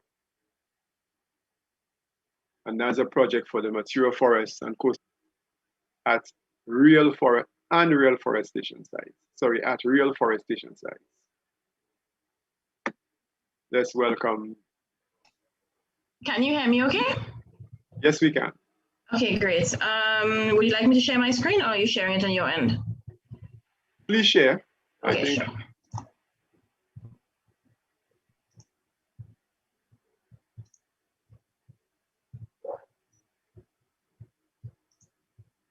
Yes, you are there. Okay, great. All right, perfect. So good morning, everybody, and thanks for listening to me talk yet again about pollinators. It's what I do. So I'd like to talk a little bit about climate change and tropical pollinators, and basically what we know, what policies are in existence around them, and what programs and so on have been going on in the Caribbean on a whole. But mostly in Trinidad and Tobago. So for starters, I think just a little bit of a review. What is pollination? Pollination is the transfer of pollen grains from one flower to the next. So from the male reproductive parts of one flower to the female reproductive parts of either the same flower or another flower. And that usually happens either through animals or by means of wind. But animal pollination is quite important because it accounts for the majority of the food that we consume. So these animal pollinators are quite crucial in this process. So generally, pollination on a global scale is very highly valued. One particular valuation estimates pollination to be worth 153 billion euros annually on a global scale. And generally, more than 90% of the 250,000 species of modern flowering plants and more than 65% of all plant species are pollinated by animals. So that means that not only do we require pollination for our food production, but we also require it for all other types of biodiversity. And this leads back into the climate change component because it's also necessary for plants and types of plants like mangroves and so on that are there for that assist in coastal protection and prevent coastal erosion and so on. So there are a lot of plants that are involved in climate change regulation, in coastal protection, so on, that are also pollinated by animals. which is why managing and conserving pollination services is so important. So generally, we're facing what has been referred to as a global pollination crisis, where pollinators are in decline globally. So a lot of the time people think of pollinators as honeybees in particular. And honeybees have definitely a purpose, and they're very useful for honey production, for food production, and so on. They also pollinate plants, but in our region, for pollination purposes, the pollinators that are native are more important for pollination than the honeybees that have been imported and actively sort of exotic species and being managed to produce a product, so honey. Pollination is not accounted for and vastly undervalued regionally. So as far as I'm aware, there isn't, at least in the English-speaking Caribbean, there aren't any countries that taking pollination services into any kind of biophysical accounting or any kind of GDP accounting. And large portions of the crop value are due to pollination, but they're largely unrecognized. So they do contribute a lot, and people don't know or don't recognize that pollinators are doing the work to produce the food. Generally, there has been a global shift to animal pollinator crops. So before, people used to plant more crops that required wind pollination, and now they plant more crops that require animal pollination. So that means that we have an increased need for animal pollinators, but we have a reduced availability of animal pollinators because of the global situation. This entire situation results in, aside from a food shortage, it can also result in a nutrition shortage. And that is because animal pollinators are responsible for pollinating crops that produce a lot of the diversity of vitamins and minerals that we require in our diet. So for example, a lot of crops that produce vitamin A are animal pollinated. And that can lead to nutrition shortages in countries that are already under a lot of strain from not producing enough agriculturally for their own consumption, especially with COVID, for instance, and where you have some sort of supply chain management issues, that can further impact on that. So there's generally a lack of information on the pollinators in the Caribbean, and there's a reduction in the pollinators, and a reduction in pollinators results in reduced global biodiversity. So less pollinators, less diversity in pollinating species results in a lower diversity in plant species, lower diversity in crops, lower availability of food, lower availability of nutrients, and so on. So that's sort of a cascading effect. So generally, as I already mentioned, not only honeybees contribute to pollination, the honeybees that we know, that we have in the Caribbean that we're managing for honey production, those are originally European honeybees. Many of them are Africanized. And while they produce the honey that we require for food, they have not co-evolved with our local plant species, and they are not the best pollinators. So actually, in some cases, honeybees can damage flowers by over-visiting them. They can bully local pollinators that are better at pollinating away from the flowers, and therefore reduce the overall pollination efforts and so on.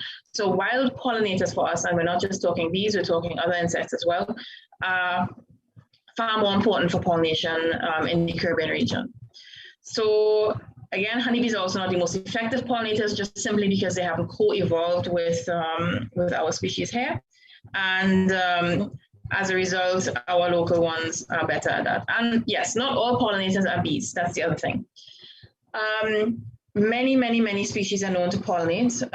Within the insects, you have bees, flies, wasps, butterflies, you have moths, there are beetles, bugs, and there's a very large diversity of animals that pollinate. And for the larger ones, you even have animals such as bears, lizards, monkeys, and so on in other countries that are pretty useful for that. We also have a large population of bats here, and a lot of them are also very useful pollinators, especially for trees and birds. So hummingbirds in particular make quite a contribution to pollination as well. So this is just to sort of illustrate the whole thing about lizards pollinating. So this actually happens in some countries, and there's some very close relationships between certain plants and certain lizard species that pollinate accordingly. So this is just a quick list of some of my work from way back when, where we had looked at what kind of insects carry around what kind of pollen. And so this is not exclusive. This is not to mean that in the white boxes that this doesn't happen. It's just that we haven't observed it, which could be due to either us just not having sampled around those kinds of plants, or those kinds of insects not being prevalent, those being wind pollinated. But we did find that there are a whole lot of species that carry around the Baji pollen.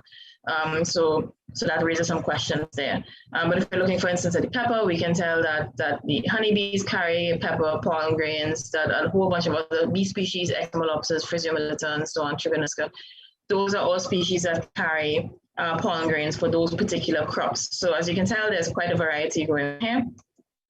And if we talk about what makes a good pollinator, there are quite a few things that we need to consider first. So not all pollinators pollinate all plant species, and not all flower visitors are pollinators. So some have very specific relationships with their plants. So there are in some cases, there are one-on-one relationships where only one species of insect can pollinate, or one species of animal can pollinate one particular species of plant. And if either one of them disappears, so does the other. And then there are generalists where you have, for instance, honeybees. They will visit almost any and everything and pollinate. And not all flower visitors are pollinators. So not just because you see something in a flower does it mean it's actually pollinating it. Sometimes they steal nectar, sometimes they steal pollen, sometimes they make little holes on the bottom of flowers and drain out the nectar, but they don't actually do anything to transport the pollen grains. In some cases, bees may only visit male flowers and take these to the same species, but rather a different one. And that is something that is crucial for pollination. So what makes a good pollinator? If we're looking at physical characteristics, their body size is important. So the larger the insect or animal, generally the further they can move with the pollen, so they can spread it to a wider geographical area. And that also means that it impacts their flight distance. So the longer and further away they can fly, the more they can pollinate. Whether or not they have pollen baskets, so that's an area where they can actually hold on to the pollen, that's mainly in bees. The presence and location of hairs. Some species have hairs in specific areas, which corresponds to where the anthers are of the flowers that they visit, so that they pick up specifically that pollen. Generally, there are also behavior characteristics that contributes to abiotic conditions. Do they like to go out in warm or cold conditions? What about wind? How are they able to keep up with rain and so on? The landscape and the habitat that they live in, the flight distance again, the food preferences, what do they like to eat, what kind of flowers do they like to visit, are they solitary or social? Social insects tell their counterparts when they return to their hive or nest where the location of food is. Solitary ones, it's just one single individual going back and forth. And flower constancy basically just means that they visit the same species of plant over and over and over, thereby pollinating that flower. If it is that they're not particularly loyal to the one species of plant that they're visiting in that particular trip, it means that they're not effectively pollinating. So if you're looking at the threats that pollinators face, we need to first of all recognize that there is generally this vast pollinator decline. So we have this global pollination crisis, and there's a global decline of wild pollinators in particular. There's actually been some evidence that managed pollinator populations, such as honeybees, and in Europe they use bumblebees also for honey production to some extent, that they have actually been increasing over time because people are keeping more bees. So despite the issues with colony collapse disorder and so on in many countries, they actually managed to increase the number of hives that they're having. In terms of the increasing challenges with managed pollinators, there are lots. Again, most of them stem from a lack of information that we have on pollinators. And in the Caribbean, that's particularly dire. We don't really know what species we have pollinating anything to begin with. So it's very difficult to manage anything if you don't have the information on who the species are, what their habitat requirements are, what the threats to these particular species are, where they're located, and how they can be managed better.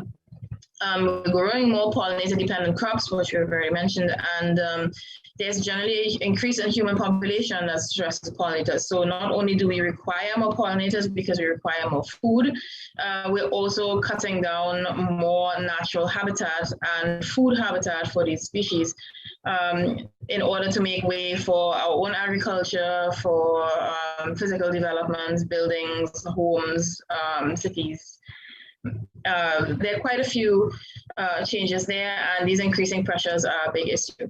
Generally, what we want is we want a high pollinator biodiversity, and that generally equals high general biodiversity. So the more species of pollinators that we have, the higher the general biodiversity is, because the diversity of the pollinators acts as a buffer.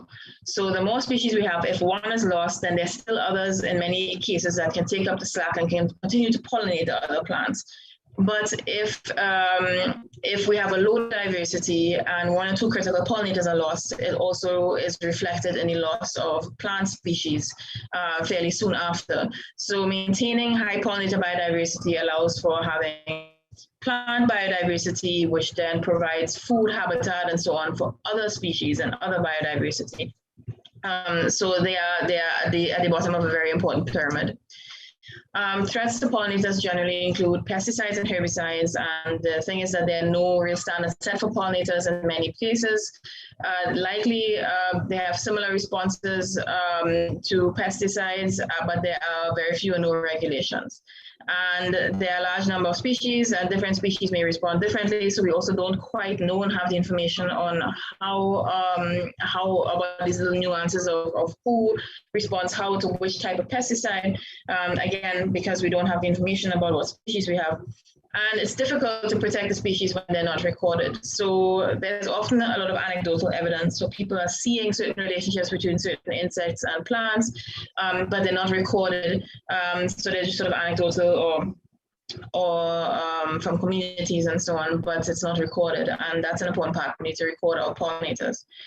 Habitat destruction, quarrying, logging, housing developments is a huge issue, just simply because you're removing the space in which these pollinators can live. And there's a lack of legal protection policies and management plans throughout the Caribbean. It just doesn't exist. We don't have anything looking at these kinds of insects or plants or larger scale pollinators or other pollinators. We just don't have that kind of thing. People are not really aware of what it is that they're destroying with vast amounts of pesticide use, for instance. Honeybees may also negatively affect native pollinators and plant species. So we've already kind of touched on that. And then there's the big thing of climate change. So we don't know. So in many countries, the effects that have been determined is that, for instance, in the temperate countries where you have the mismatch of when pollinators are emerging and when plants are flowering due to climate change. So because before the plant flowers and vice versa, so that they miss each other and pollination doesn't occur. We don't quite have that issue in the Caribbean, but there and reduction of habitats and just saltwater intrusion into freshwater habitats. The reduction of more sensitive to this climate change and the higher temperatures and the changes in humidity and changes in rainfall patterns. It also removes through climate change. The other thing is that generally pollinators do not like to leave their house when it's rainy. Nobody really does. So if it's raining a lot and it's constantly raining or the rainfall is unpredictable, there will be less pollination because pollinators will not venture out in the rain. And similarly, the plants tend to sort of, the pollen and the nectar tends to be washed out from the plants in the rain so that they have less food during that time. Large that you would like, okay, if you say you're managing a pollinator for a particular plant species, they do require other food throughout the year. And if any one other, I'll talk quickly about the high pesticide use issue because this is a bit of a difficult issue. So generally there's very little knowledge about pollinators. On a whole, we don't know what species we have, but more so, people are not considering the effects of pesticides on pollinators when they spray them in the fields. And it's not just in farming locations and so on. A lot of people spray pesticides around their house and their home.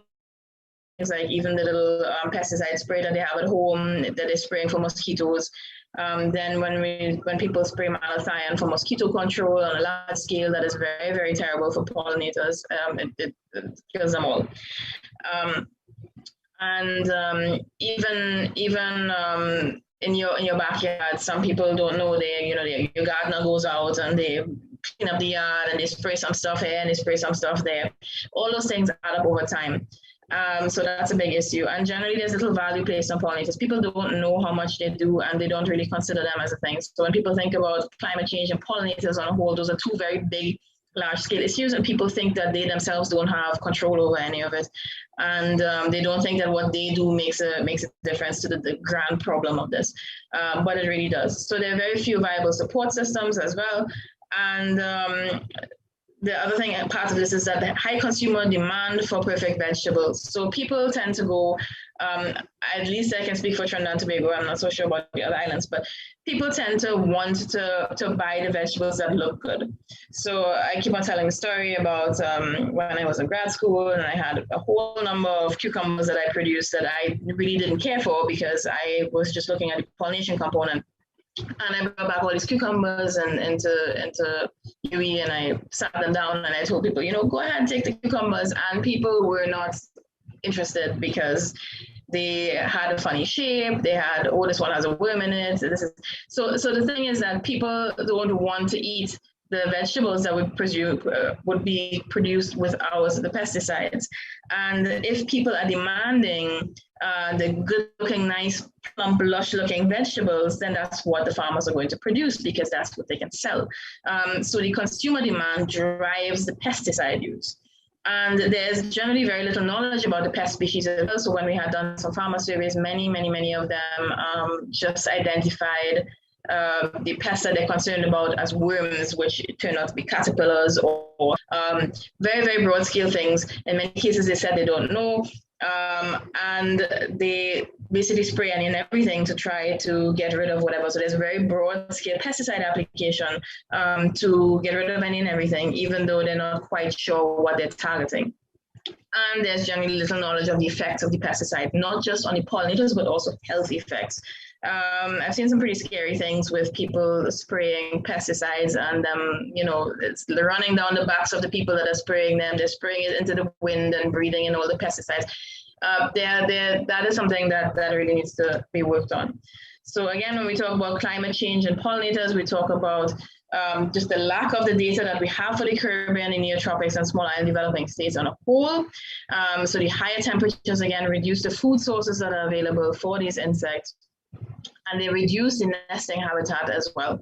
And the changing weather patterns, even though the timing of pollinator activity may not, or at least has not been proven in these areas, and the nectar availability and pollen availability, that sort of mismatch that occurs latitudes or southern latitudes, very far south, that may not happen here, but again, we're lacking the data. So it is very, very important that we start looking into how does climate change affect pollinators in a tropical context, because the majority of the work has been done in temperate areas. So the tropical context is very important. How does this affect us here? How does it affect these areas?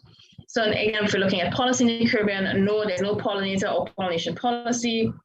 Pollination is mentioned in some national documents. So for example, the state of St. Lucia's Biodiversity for Food and Agriculture report mentions pollinators. There's also a document from Barbados that does mention pollinators, but there isn't any plan, there isn't any policy, there isn't anything directed at managing pollination or conserving pollinators. And we generally lack the data. We need to know, first of all, we need to know what species we have and what species pollinate what plants. And we need to establish those relationships, and then we can move forward from there. So yeah, and again, pollination has also not been included in any climate change policies that I've seen or looked at. And that's also something telling that we need to work on. So generally, we need to do more pollinator surveys. We need to look at the effects of climate change in a local species context. And we need to establish pollination networks. So we need to identify what insects pollinate what plants or what animals pollinate what plants. We need to identify vulnerable species. We need to start doing some biophysical counting, which is basically recording the species that we have and the numbers of individuals over time, even if it's at select sites. Natural capital accounting is also something that would be something worthwhile looking into, and generally policy development is underlying the entire thing. So there's just one quick thing I wanted to mention, which is that we have fortunately been afforded the opportunity to run a pollination project, which I'm hoping will be getting off the ground very soon. This is BESNAD has been supporting this, and we are supposed to be running from 2021 to 2022. So it looks like we're spilling over a little bit into 2023. And it focuses on science, policy, and practice of pollination and pollinator management.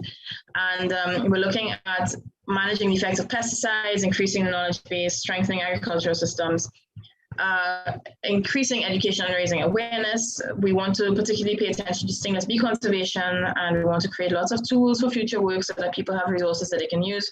We would like to create partnerships and review policy. And some of this actually also spills over to the rest of the Caribbean, and we would like to work with people in other islands as much as we can to try to get some stuff going there as well. Generally, people keep on asking, what can we do?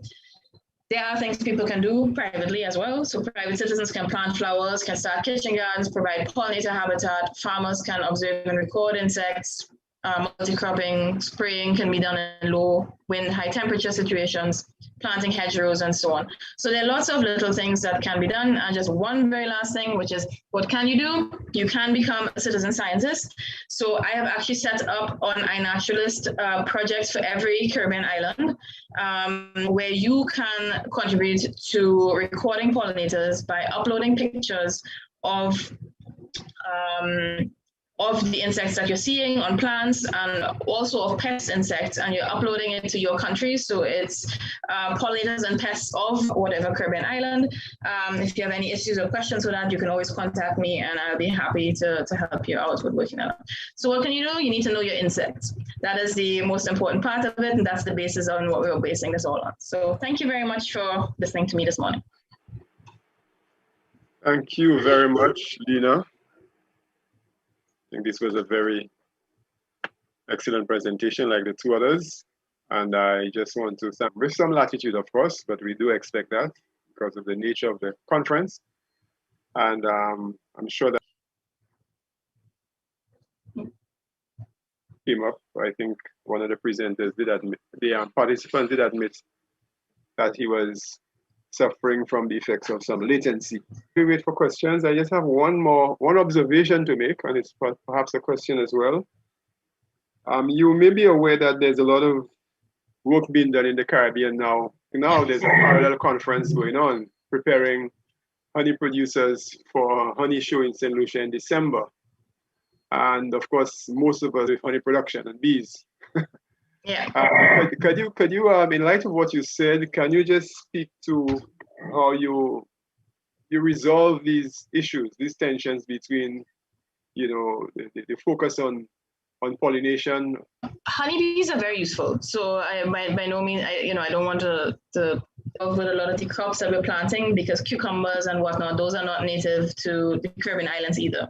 So they have them as sort of, cows versus the native animals in the bush, because you're keeping cows for a certain purpose, for the milk and for the whatever. So same thing with the bees for those kinds of things.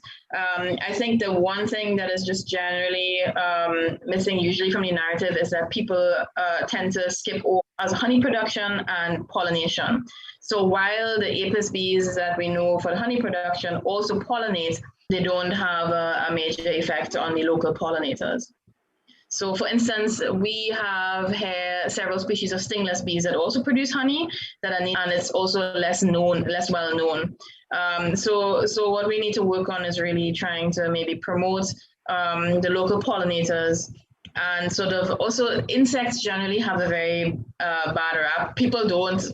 Flies also pollinate, and caterpillars, yes, okay, fine, they might eat a little bit of one of your crops, but as the adult, the butterflies. And the second observation has to do with the survival of pollinators after a hurricane. Mm-hmm. Usually there is view of what the ordinary citizen can do to facilitate recovery. So yes, so I mean, what you can do is in some countries they've tried and tested out bee hotels. The bee hotels are a bit sort of highly debated topic.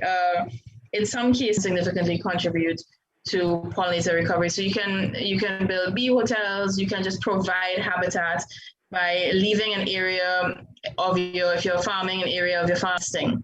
So they're solitary ground nesting and they dig holes in the ground. So when people plow, for instance, until the soil, it destroys pollinator habitat. So generally, any of them are cavity nesters, so leaving trees and even old trees or trees that have died in a kitchen garden. If you just like to plant flowers in your backyard, there are certain plants that they like more than others. That is an option, and on a whole, just avoiding the use of pesticide in terms of that. But that's something definitely worth looking at in terms of how much has declined after an event and how long does it take to recover. So there could be some very simple see how that sort of recovery goes on. So that's actually a nice little neat project that can be done. That is definitely something that we need in terms of data. Thanks. Just we have plants and other hybrid plants have an impact on pollinators. Well, the GMO thing is a bit of a debate. What you want to stop from the perspective of plant diversity is genetically modified material that has very similar species in the wild, and insects carry pollen between those, and some sort of cross-pollination does occur, and by some chance, you don't want to eat for food and pollen and so on. I'm not sure. So because we don't have these large-scale monocropped areas in the Caribbean as we do in way too afraid of GMO plants and so on. There can be some kind of issue in terms of, okay, if you have a hybrid plant and it looks slightly different or it has a slightly, there's lots to be discovered about this, and this is definitely one of them. So that's something worth looking into. Thank you very much, Lena. To Dr. Henry, that there were two questions. One came from Vincent Peter, who asked whether, apart from tourism, did the model look at other subsectors? You can note that one. I will put the second observation to you right away because in the interest of time. The other one came from Kingsley St. Hill through the Jeff Facebook page. Psychological, or is it physiological needs after a severe hurricane? Now that we're experiencing lockdowns, what is in place at the OECS to provide the people's physiological need? And Peter said that he thinks it'd be useful that the model look at 5 minutes or so to respond. Thanks, Mr. Charles, Chair. Well, let me take the question on the psychosocial support. Certainly my paper would not necessarily would have addressed this matter because it's, while an important issue, it would be way out of the scope of the paper itself. I know at the OECS Commission, there are several initiatives that we certainly would be engaged in to support member states to improve resilience building and so forth, and all the issue of the psychosocial issue. So I would elect not to do so. But certainly they can reach out to the Commission. I would certainly put them through to the specific unit and personnel that can address that. So I just wanted to clear that out quickly. Okay. In terms of the model, the thing about modeling is that the model can't be everything to everyone. That's the first thing. The emphasis of the model, because you run the risk of misspecification of your model and heteroscedasticity, just basically the whole efficiency of the model, so that the coefficients of that model make sense and is as correct as possible based on the data. Having said that, the model would have included the tourism arrivals, particularly because of the data would show that St. Lucia is in your model. The second issue here is in the context of agriculture, you would need to have sufficient data to be able to include agriculture into the discussion. The thing about it also is that agriculture, based on data from the ECCB, is has been a declining, very important was the issue of agriculture. Using that information in hand would not have necessarily strengthened what I was trying to do in the growth model. So no, I would not have included it. But the point on the whole issue of Human Development Index, and particularly factors related to that, especially health and education factor, are very critical. Most times the challenge would be data points, getting sufficient data points to run the regression, to do that. However, the model itself, I would have ensured that the model would not have been at risk of misspecification. And a large, with reference to natural disasters and storms and strong storms as a proxy for the reality of climate change. So I hope that is useful. My intention is to share the paper. I will do so in a while. So you just need to send the email. And my expectation would be that the Open Campus would make available those papers for others who may be interested in reviewing and to give some feedback. And certainly I would love feedback from persons who were able to read the paper as well. Mr. Charles, I'm not sure, did I miss there was another question that I missed? No, I think one was the comment about the HDI. Right. Okay, thank you very much, Clarence. Lena, back to you. You still there? Yes, still here. All right. Sorry for taking on some of your time. No, that's fine. But while we were waiting for questions for you, I don't know if you wanted to comment.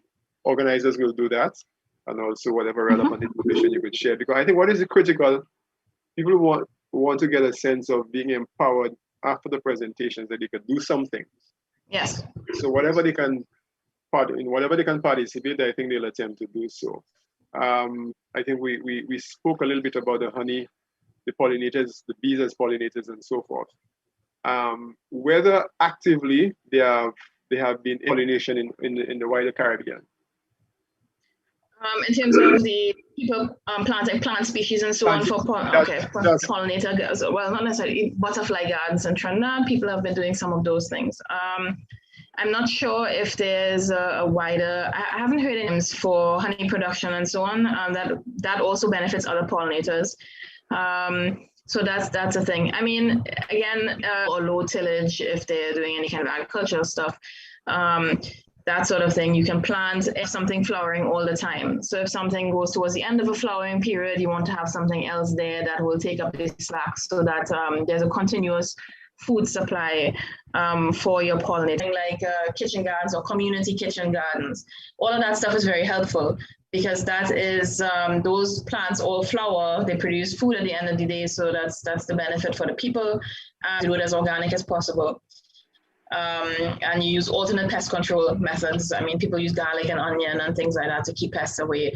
They intercrop with things like something that's smelly, like thyme at home, even on a small scale, even in flower pots around the house and that sort of thing. So those are the things that I would recommend. I'm not sure that this has been done on a larger scale, anything other than community gardens, perhaps. But I don't know that they plant trees, plant plants, plant flowers on a whole. It will benefit the pollinators one way or the other. Just one final question for me. Do you have any advice on addressing the phobias, the apiphobia and the other fears? Parents, if they can just, mask their own fears and just maybe just, try to let the kids interact with the bugs and let the kids, it's education from early on, I think. If you're growing up with not thinking of insects as this big, scary, gross thing, but, taking the time to appreciate, to get to know them and to see what they do. And pretty spiders and, find the ones that, start with the ones that you like to look at and go from there. I think, the education from the childhood thing on and letting kids explore and letting kids interact with insects, going to zoos, looking online. Presentation. I don't think I see any more questions right now, sure. But as I said, if you stay with us, they may pop up later. Okay. Thank Thank you. you once again. Yeah, thank you. Well, folks, you just saw this. We will now move to our next presentation, but I think just to give you a little breather, I will invite our technical team just to put up the more up presentation, which is next.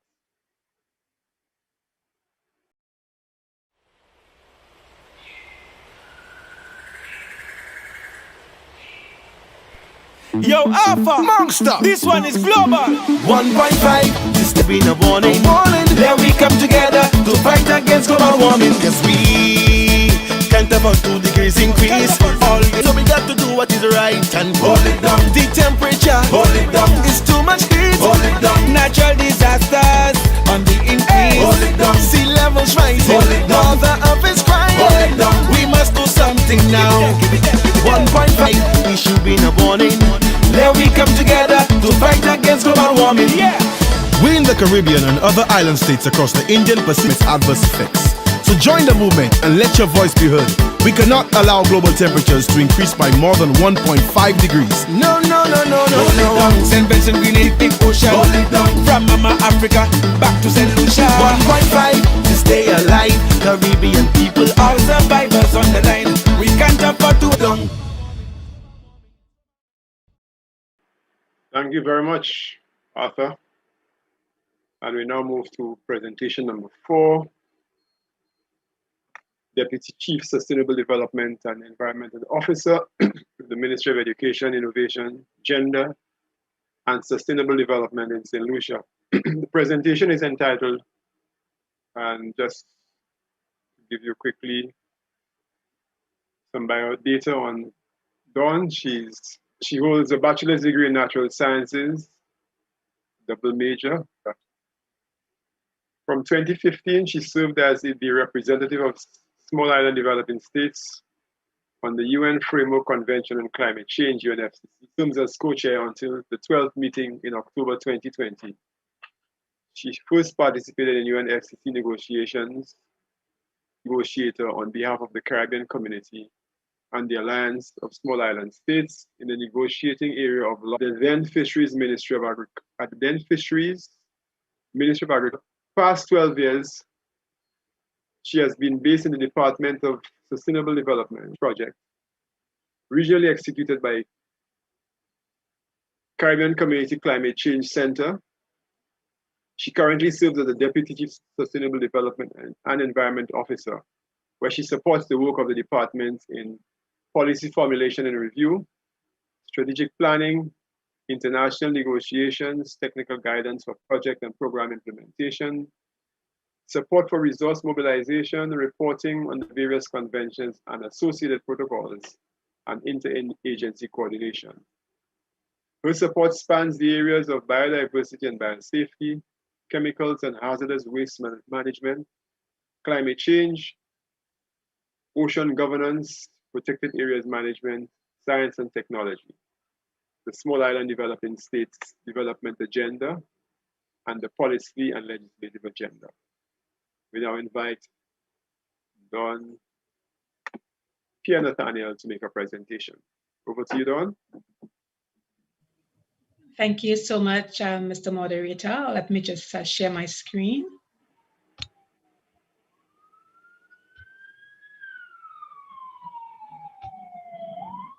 Tell me that you can see that.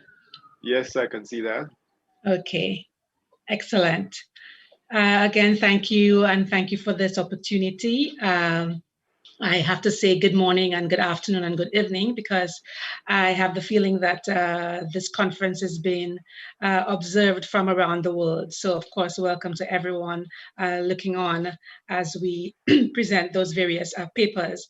Mine is more of a discussion paper than a research paper, as I take you through St. Lucia's climate change policy in the direction of heading towards concrete action. You would have seen from various presentations, there's been reference to the observed and anticipated climate change impact, so I need not go into those, but you would see everything from prolonged intense dry periods to marine algal blooms, Of course, we know about the tropical storms and hurricanes, pests and diseases, soil erosion and degradation, unpredictable rainfall, high temperatures, etc. This is now our reality. We also know about that the option of doing nothing is simply not an option for us. This is a very old figure. When I look at this figure, it's a 2008 figure where it says the cost of inaction is at least 12.1% of St. Lucia's GDP by 2025, and rising to 24.5% by 2050 and 49.1% by 2100. This figure is old, like I said, so you can imagine that it is many times worse than this at this point. And of course, the topic being climate policy. What is climate policy? What exactly are we looking at? We want to look at it from the international perspective, as well as the regional and the national perspective, inclusive of legislation, policy documents as we know them, but strategies and action plans as well. So we've been speaking about the United Nations Framework Convention on Climate Change that we normally call the UNFCCC. And St. Lucia ratified that in 1993. Then we have the Kyoto Protocol, which St. Lucia ratified in 2003. The first one, which was the UNFCCC, is really looking at those anthropogenic human-induced impacts of climate change and seeing how the world could come together to help reduce those greenhouse gas emissions and to help countries to be able to adapt to climate change. The Kyoto Protocol is really looking at commitments for developed countries being able to meet certain targets to reduce those greenhouse gas emissions. And there was an amendment to it in 2018 called the Doha Amendment, which had a new commitment period from 2013 to 2020. Then everyone, of course, has heard about the Paris Agreement that St. Lucia ratified in 2016. And that is looking at the ambitious and urgent action that is needed to address the adverse impacts of climate change. And that we have been hearing quite a lot about. We've also heard a lot about the 2030 Sustainable Development Agenda, which is with its 17 Sustainable Development Goals, or SDGs as we call them. And given that the focus of this is on climate change, just pulling out SDG 13, that's on climate action, and SDG 7, which is on affordable and clean energy.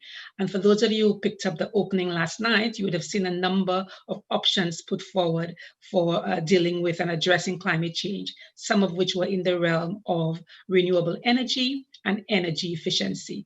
This is just to make sure that you're still with me. There have been a lot of persons involved in policy over the years, and which just implies that it is a continuous process. And still on what constitutes policy, we were speaking just now about the international perspective, but there's also the regional framework for achieving development resilient to climate change and its associated implementation plan for the CARICOM regional framework for achieving development resilient to climate change. And that is recognizing that as a Caribbean, as a CARICOM community, we face similar problems, similar issues, and it is good to be able to come together with one voice and to be able to come together to look at those commonalities that we have and look for ways to be able to address them, sometimes at a national level, but sometimes at the regional level. Then, of course, we have the Organization of Eastern Caribbean States, and you would have heard the earlier presentation on the weather and climate and the events and the risks and the threats and the trends specifically in the OECS. And we have a St. George's Declaration, which was just revised of 2040, that looks at nature-based solutions to issues such as climate change and biodiversity degradation, etc. Again, these are some of the players in policy direction and policy development at the regional level, CARICOM and the OECS. But let's get to home. Let's get to St. Lucia. Let's get to the national framework. We have a National Coordinating Climate Change Committee. It's a National Climate Change Committee, the NCCC. That body, comprising governmental and non-governmental agencies, has been around established by Cabinet from 1998. And that the body tries to meet on a quarterly basis. Sometimes it is in person and sometimes it is electronically. And they have this advisory role for both adaptation and mitigation, where they could provide input into many different aspects of climate change, whether it be public education and awareness or capacity building, development of policy, etc. And it takes into consideration the gender element, the youth, the private sector, the public sector, civil society, etc. Then we have been working on climate change legislation at the national level. This piece of legislation is still with the Attorney General's chambers, and we're hoping that this is going to be one of the things we can get completed this year. But this legislation looks at a lot of the processes that we are already engaged in, whether that be coordination and mobilization and report preparation and report submission to the various international treaties, giving further teeth to the coordinating body that is the National Climate Change Committee, and many other such things are encompassed in this climate change legislation, looking at adaptation actions and mitigation actions as being very important in terms of addressing climate change, and also the issue of loss and damage. Pictured here is the climate change adaptation policy.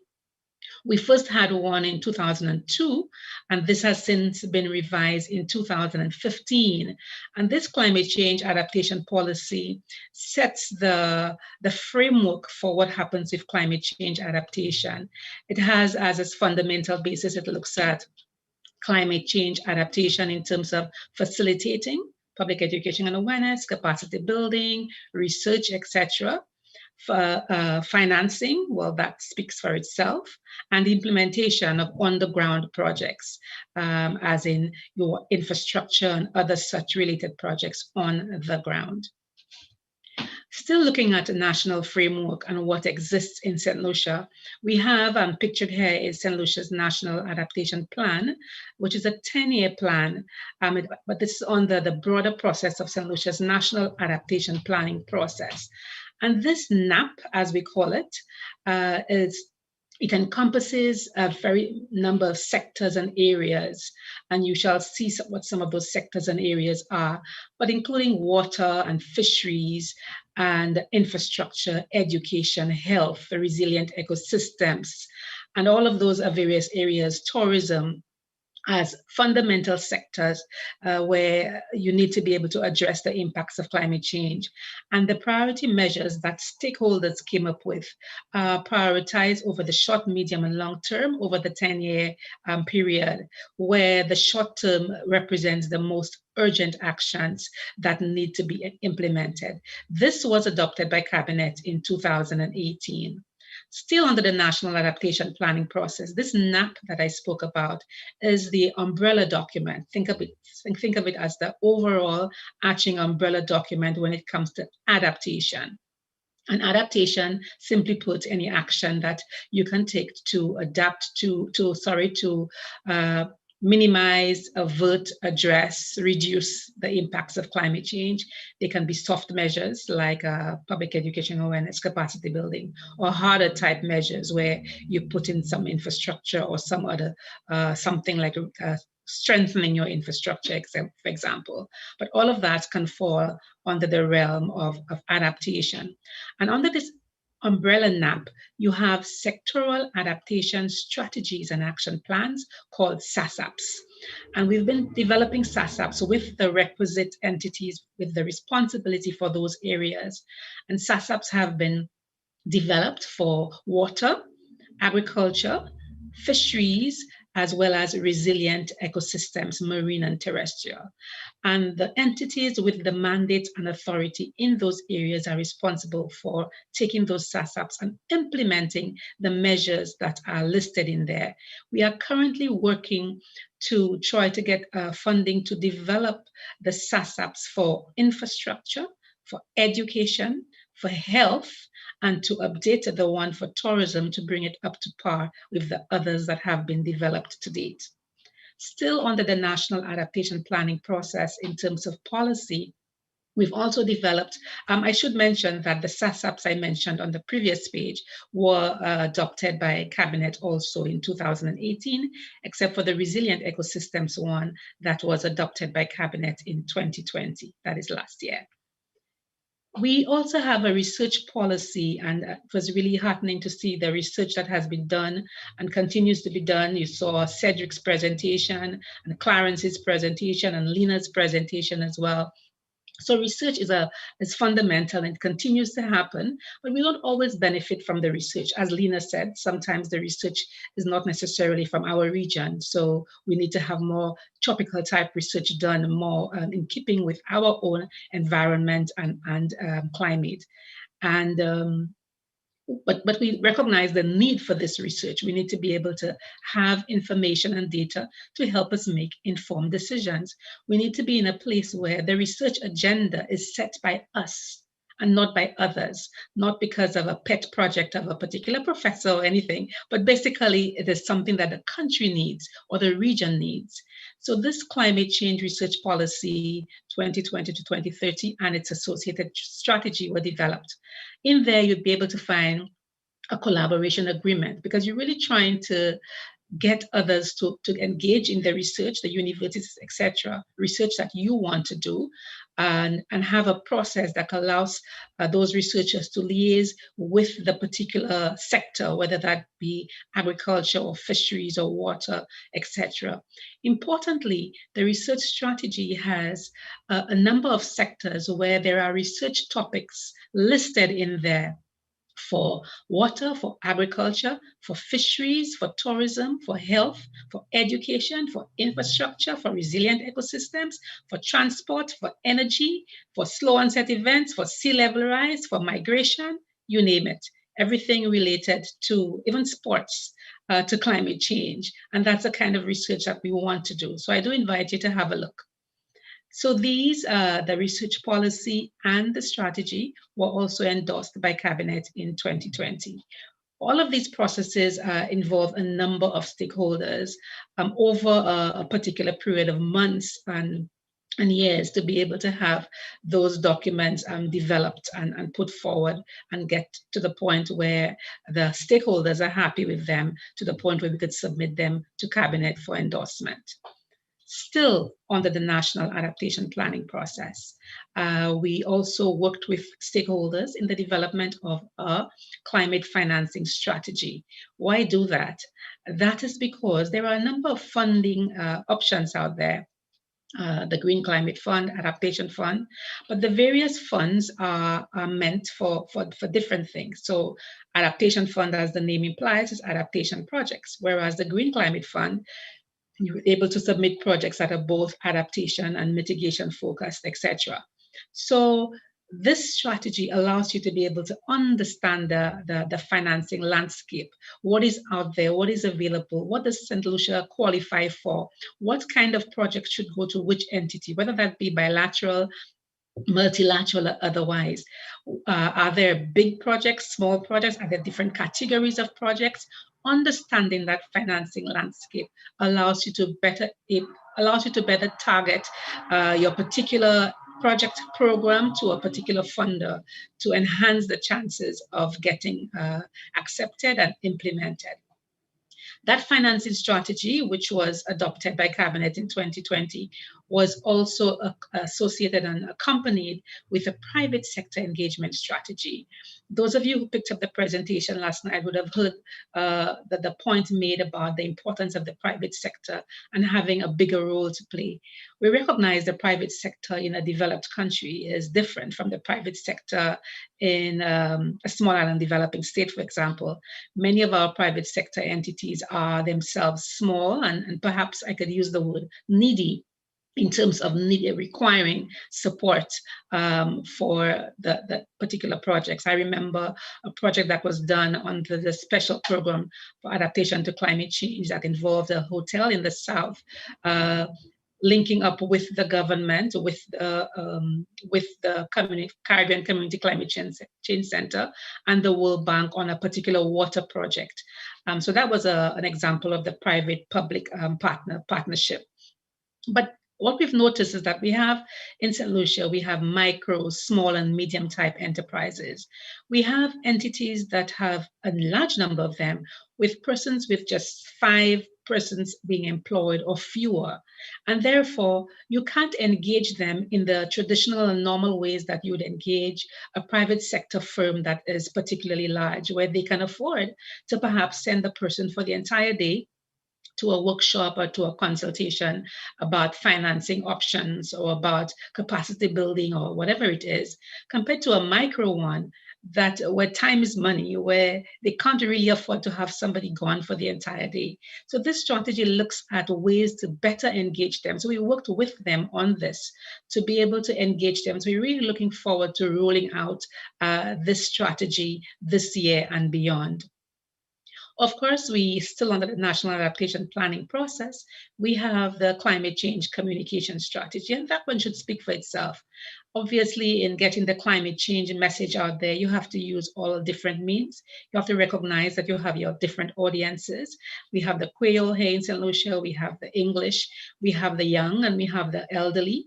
To look at. We saw, for example, the use of soca with Arthur and Monster in the Hold It Down song. We saw earlier on with Kendall Hippolyte, where the 1.5 song, the shorter, the slower tempo version. And we know that Kendall is an artist in his own right. Then we saw just earlier on the spoken word piece that was done. So basically, there are different types of media, different audiences, different tools that can be used to get the message across in an effective way. And that climate communication strategy looks at that. That was also adopted in 2018. Under the National Adaptation Planning process, there's also a roadmap and capacity development plan. And we found as we were going through the consultations over the years, 2017, 18, 19, 20, that persons were coming up with areas where they wanted the capacity built, whether that be private sector, civil society, public sector, whatever it was. And for example, in project proposal writing, in building the climate rationale to be able to attract funding, and many, and even in delivering the climate change method in a way that is simple and not technical and reaches those that need to be reached. So this roadmap is, well, a road that perhaps a pathway as to how we want to get there. But also importantly, it includes areas that stakeholders recognize as areas where they wanted the capacity built, whether it be at the technical level, at the policy level, etc. Still under the National Adaptation Planning process, yes, there are a number of policies. There's this monitoring and evaluation plan that was developed. We can't just simply continue and implement projects or develop legislation or policies or programs or without knowing where we are. We need to conduct surveys, we need to have evaluations, we need to get a sense of what is happening, how we're doing, so we could take corrective action as needed. We could improve the way we're doing something to be able to have better results. And that is the idea behind the National Adaptation Plan, and looking at getting inputs from various stakeholders and sectors and areas across St. Lucia to give us a status of where we are on an annual basis. We want to be able to really improve in that area. So it is, we're looking at it more closely and seeing how we could truly improve.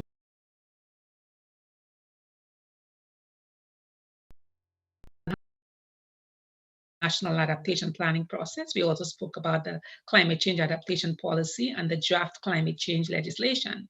But there's also policy to do with mitigation. Remember, I spoke about adaptation, actions taken to minimize, to avert, to address, to reduce the adverse impacts of climate change. But there are actions that we need to take to actually reduce the greenhouse gas emissions that lead to this global warming, that lead to those adverse impacts of climate change. And that's where we go into the realm of mitigation. So there's adaptation and there's mitigation.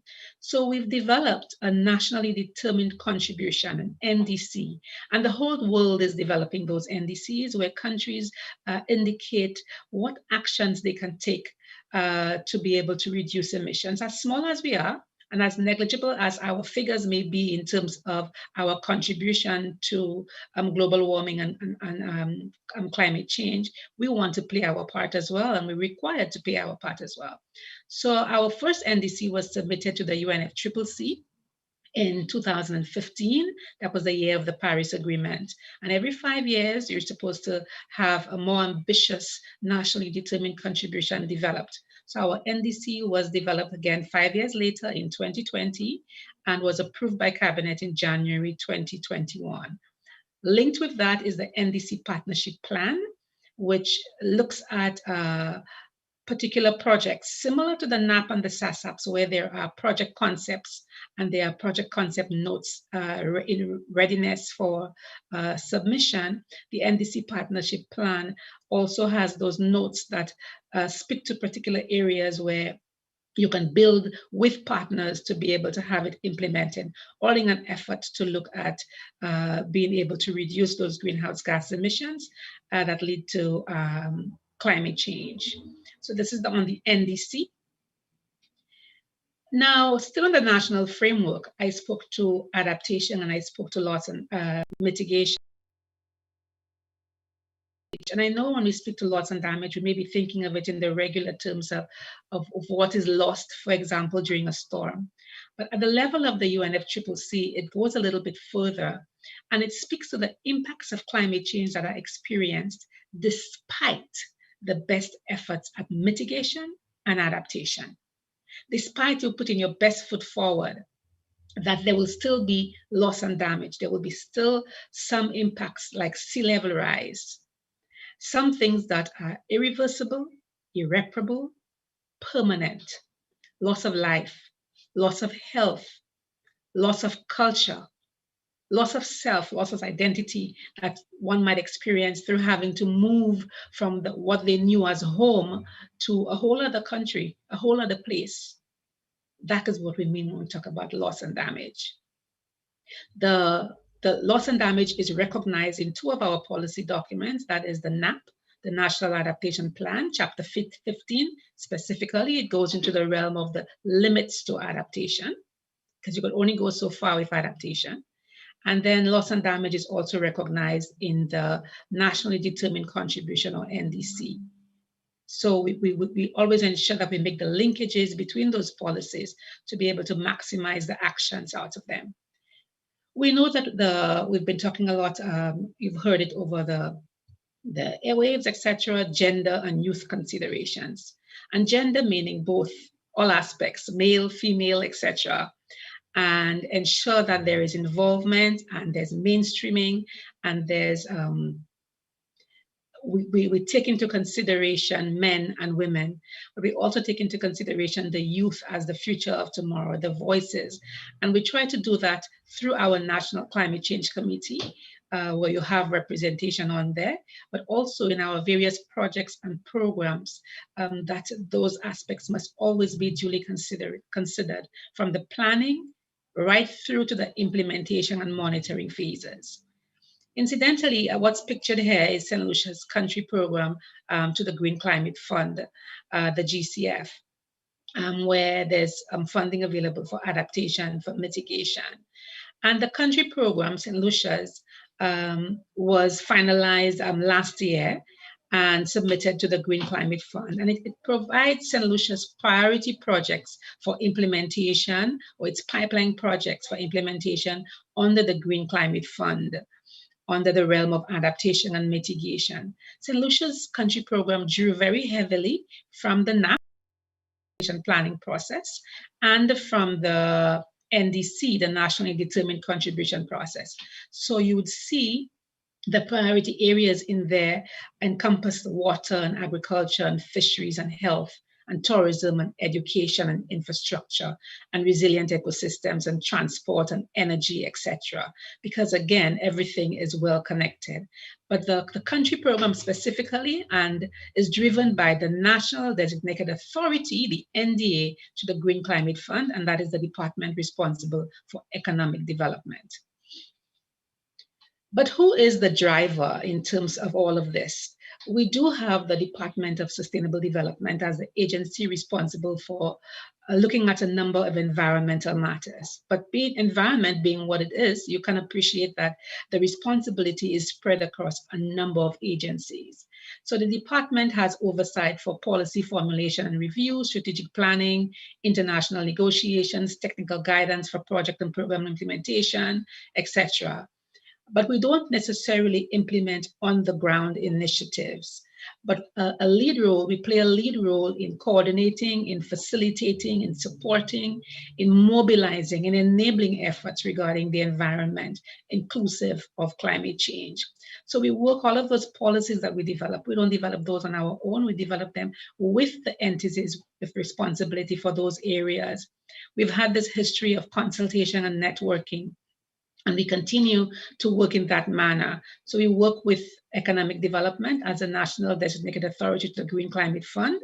We work with all the entities for all the sectors that I mentioned, private sector, civil society, etc., because we want to encourage ownership among the sectors so that climate action is driven not from one department or one corner of an entity responsible, because one entity can't do it alone.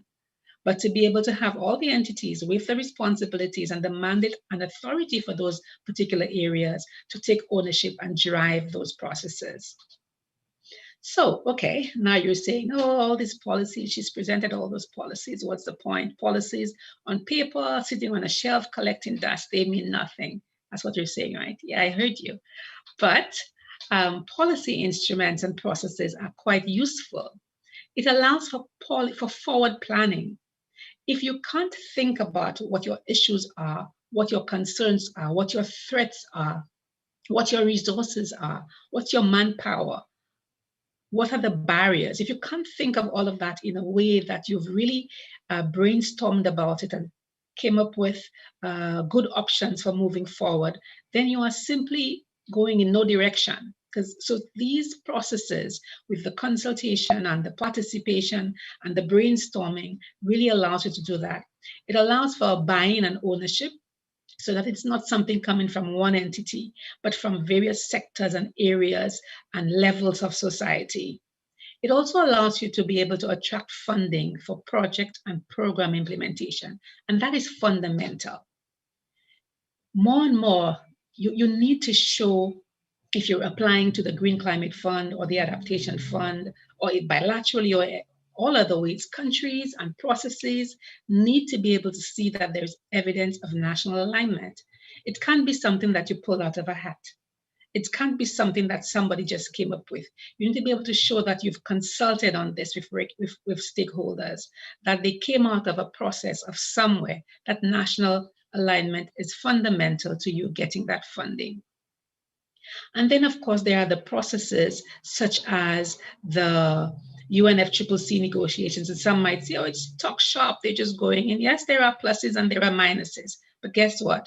It is through those negotiations, through those processes, that the financial mechanism under those climate treaties, the UNFCCC Paris Agreement, and the operating entities are established.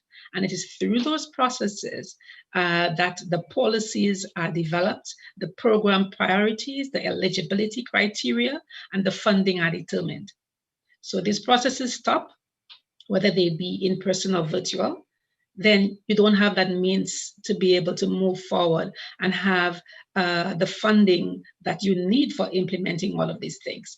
So the policies and programs from the international, the regional, and the national level are fundamental, and the processes that go with them to allow the wheels to continue to turn and for us to move from the paper towards the implementation. At the end, you will see that from all of what I've said, that climate change is everyone's business. Agencies with responsibility for all the sectors and areas, including external affairs and commerce and youth and finance and economic development, further to the regular culprits. So climate change internationally, nationally, regionally, has been receiving attention from government, some more than others, some less than others, the youth, private sector, the banking sector. St. Lucia Development Bank has been doing quite a bit of work in this area, community groups, non-governmental agencies, academia, the media, our artists, and that's because climate change is everyone's business. These are just some shots to show you that some of the consultations that were held under that have been held under the water sector. You can see these are some under the agriculture sector. That's some focus group sessions. Sometimes people work better in smaller groups. Here comes the communication strategy as well, where basically you can't use the same medium for everyone. So you could see our farmers engaged in those small group focus sessions. There's a number of sessions involving our fisheries folks. And again, different means for different folks. You might have seen in the previous slides that we have to adapt the means of communication and engagement to our particular audiences. This is just a shot from our National Adaptation Plan Assembly, where we had a number of ministers and permanent secretaries and heads of departments and divisions coming together to endorse our National Adaptation Plan and all of the various supplements that came out of it as well. Again, continuing to see that a number of persons continue to be involved in this process as being fundamental to have that buying and that ownership. Importantly, our creators, our artists, our performers, I'm sure you could recognize some of them in the images. They help us in getting the message out there. They help us in helping others understand and accept the messages and take action. They were fundamental to helping us in 2015 with the Paris Agreement, and they continue to be fundamental players.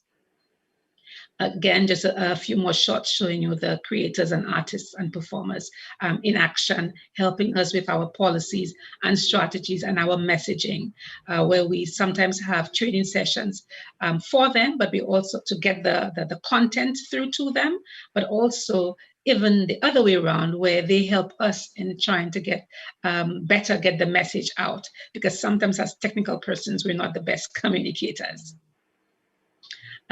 Group work, again, the public-private sector partnership is very important, and you would have heard that in previous presentations and the feature address last night. But you know what? I'm showing you all of those group images of persons close up and personal. But our new reality, COVID-19 and climate change.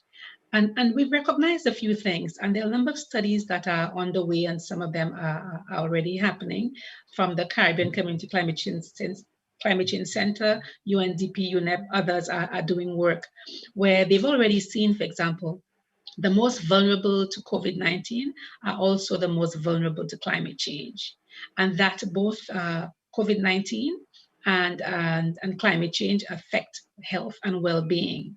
Both of them are poverty multipliers.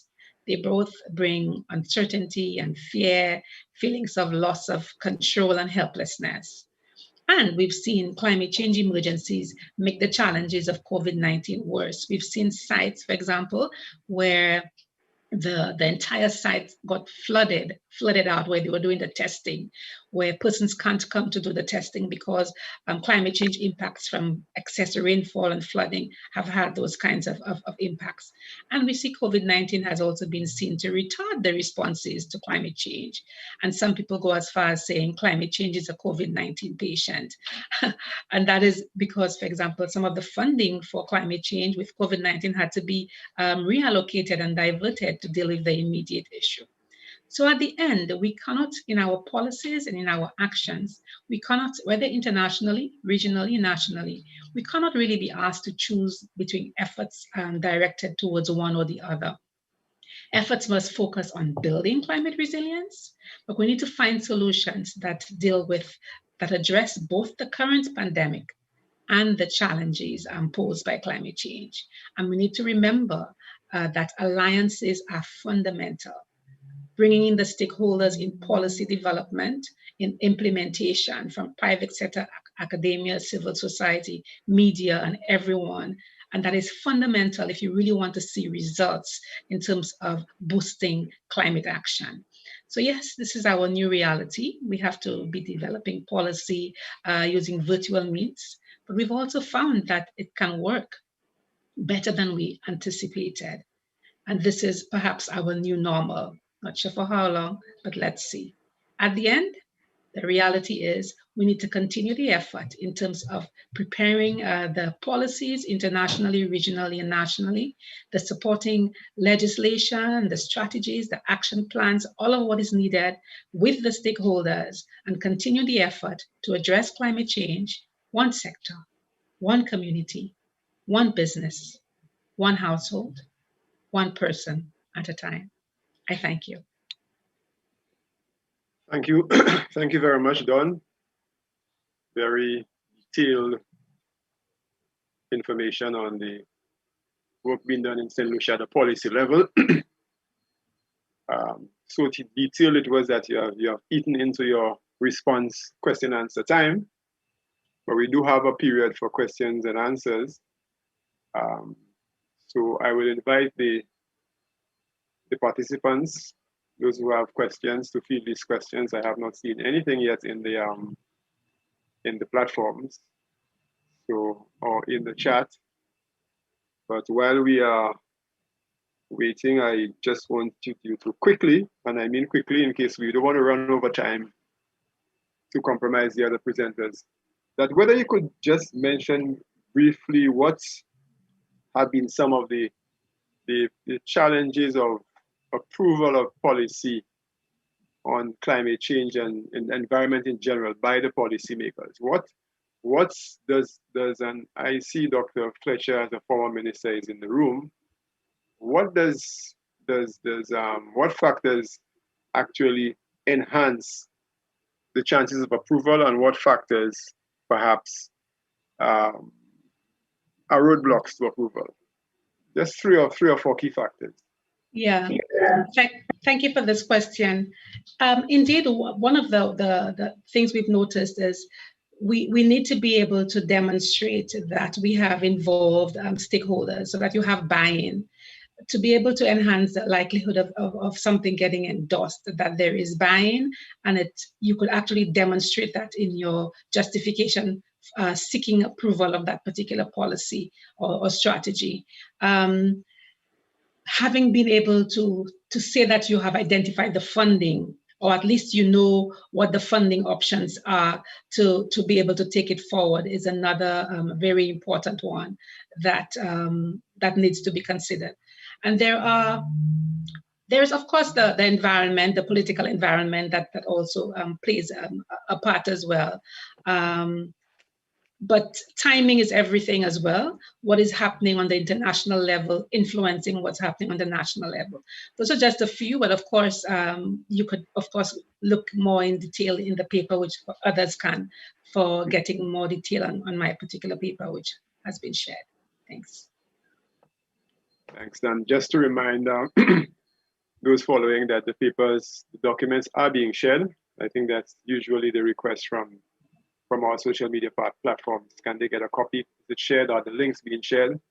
And we encourage you to follow these links because they certainly provide much more detail than what is presented, of course, because of constraints of time.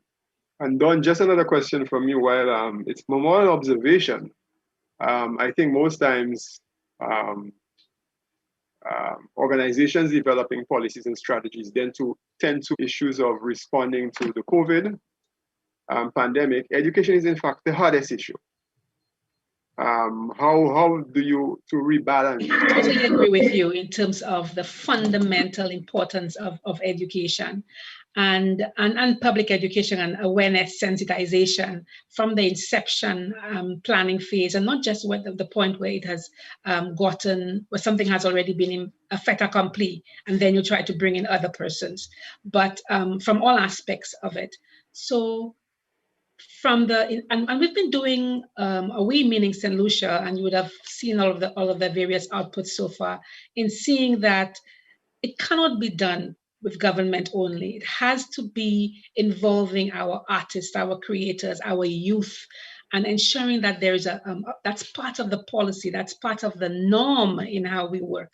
So yes, developing a communications strategy that includes them, but continuously having that kind of involvement. You would have seen over the years being able to have our media participate in international negotiations, up to several, at least maybe about at least 3 different negotiations where people think about infrastructure as the hard ones, and yes, that division can be made.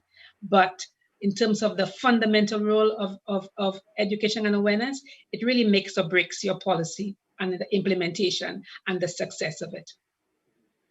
We have a question but not everyone is impacted in the same degree. Those affected the most by climate change are those least likely to address this situation. That's a good question. Interesting, coming from a particular person. But yes, we have to recognize the fundamental issue that I also reference, where those who are the least able to address it because of the financial needs or the financial situation. I reference, for example, the links between COVID-19 and climate change in that regard. And the policies, therefore, have to ensure that in the stakeholder involvement process, that you find ways to reach everyone. So what we call, some persons call the grassroots, is to reach people and engage people, and not simply sitting in an office or hotel room somewhere in the north of the island and think that it's done, but basically having them as part of the process, throughout the process, and reach them continuously. Use extension officers, use community outreach persons, and ensure that they are part of that policy, recognizing that we've seen it, that those who are the poor. But I think the issue which Mr. Nathaniel probably wanted more focus on was the fact that whereas you may consult with these sectors, do they get the necessary ways to have the different types of funding? Remember the financing strategy I referenced. And that financing strategy allows you to see that there are different funds for different groupings, different sizes of funds, different different thematic areas. So for example, one of the things, our department is also the GEF, Global Environmental Facility, the GEF focal point. And one of the things we were able to do is to allocate some of that funding that comes to the GEF towards the St. Lucia's small grant program that is run by Mr. Giles Romulus. And that was a way to ensure that funding is available through the small grants program that will allow civil society to be able to engage in projects. And we continue to look for those kinds of ways and means. It's by no means perfect, and it's a continuous struggle, because a recognized entity, and there are more questions and issues when it comes to being able to channel it otherwise. But we find ways to do it, and the small grants program is one such way.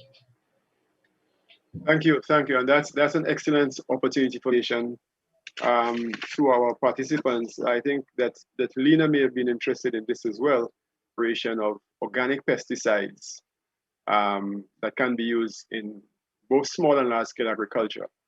And just by way of promoting it, we want to present 2 copies. We'll get the book. It costs to produce and there's a price to it, but you'll get it for free if you answer the question. Could you indicate the 2 hottest years on record since the year 1850? Any of the respective platforms, Facebook, the chat on Zoom, as well as on the YouTube. And the number of projects that Jeff has funded, which responds to civil society and communities between 2012 and 2020. So there you are with these 2 preparing the information.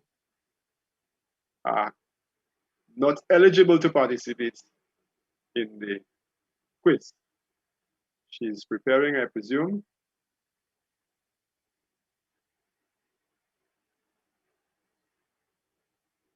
Makiba Brandy Felix, are you ready, or you present?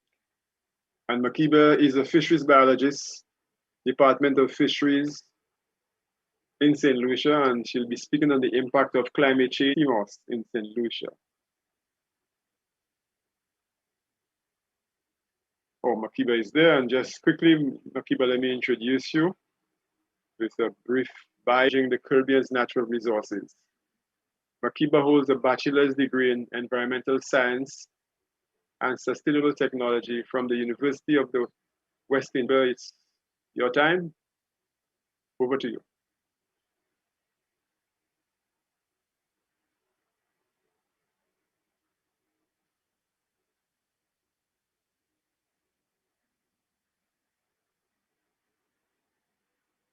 All right, we're waiting for Makiba to present, to come up.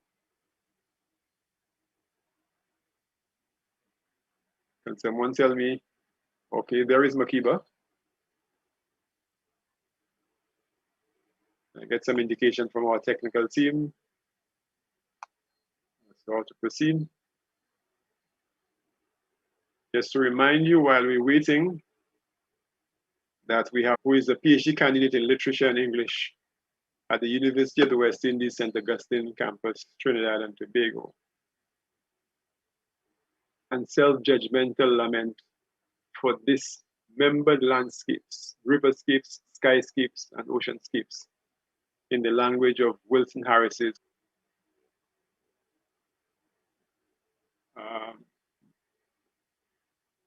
you.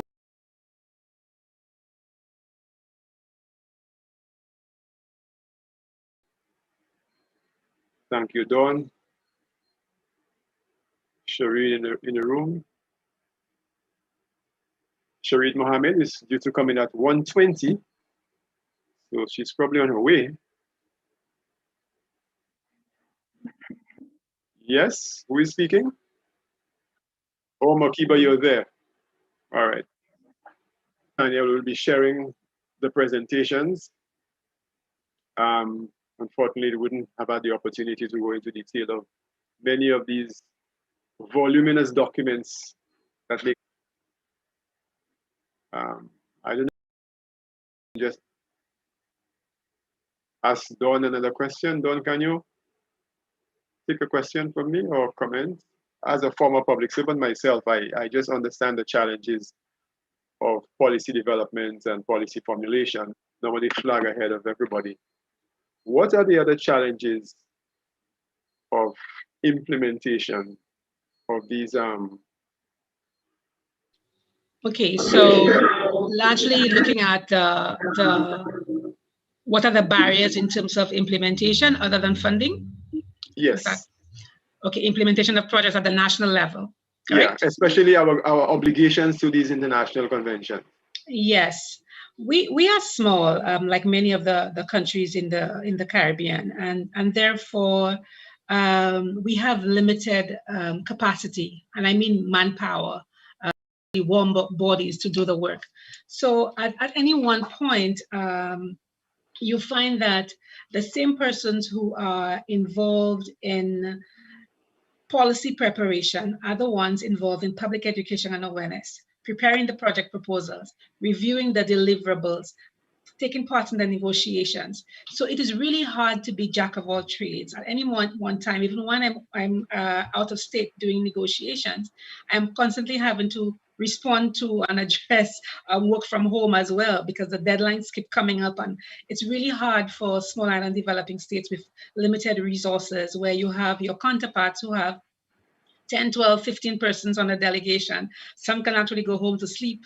Because of that, we found that you're being present physically, whether that be in places where you can get opportunities for funding, present everywhere to be able to draw that kind of funding and support. It's not always funding, it's sometimes technical support and assistance as well. So the manpower thing is really an issue. There's also the so you are not just enough people, but having the technical and technological know-how to implement. So you find yourself having to draw on consultants and others, not necessarily because sometimes you actually have the technical capacity, pulling and drawing from others. So that's another challenge. And there's also the issue of funding that is, I know you said not funding, but I'm bringing the funding in to say that there are a lot of environmental, and I know climate change is a development issue, but a lot of projects, and there's always a revenue generation if you look at it indirectly, but directly, like I'm not collecting fees to do X, Y, Z, and therefore these don't necessarily get as funded as quickly as those where there are obvious revenue generation aspects associated with them. So you find important things that need to be done get sidelined, important things like public education and awareness. like capacity built. And some of them you might say are still tied to funding in a way, in terms of being able to have the human capacity and all of these things. Yes. Thank you very much. Welcome. UWI Open Campus, are you ready for us? Otherwise, can we just plug in something? I just want admin trying to make a comment. No? Just to remind you of our trivia. Not that the questions are trivial. 1850, and projects have been funded by Jeff, SGP, UNDP, St. Lucia National Program.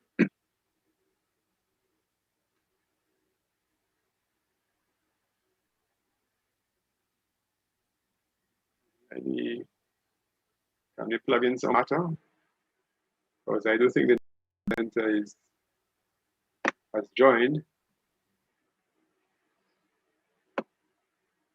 Hi, good afternoon. Can you hear me?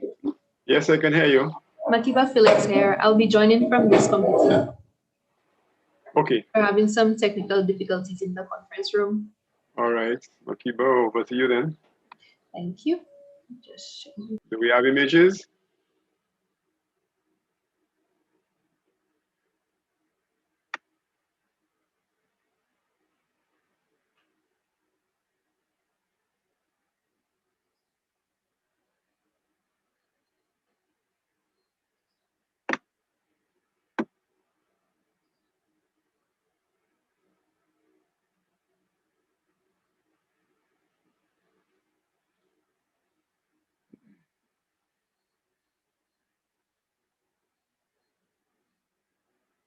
There you are. You could go ahead. Hi. Can you see my presentation? Yes, I can.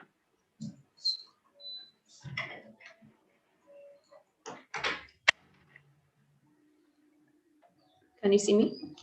Yes, I can see you. Hi, good afternoon. Once again, my name is Makiba Felix. I am a fisheries biologist with the Department of Fisheries. And I am thankful to UWI for allowing me to present this activity that my colleagues and I took part in last year. So today I will be presenting on the research activity entitled Investigating the Effectiveness of 3 Different Growing Methods for CMOS Farming in St. Lucia.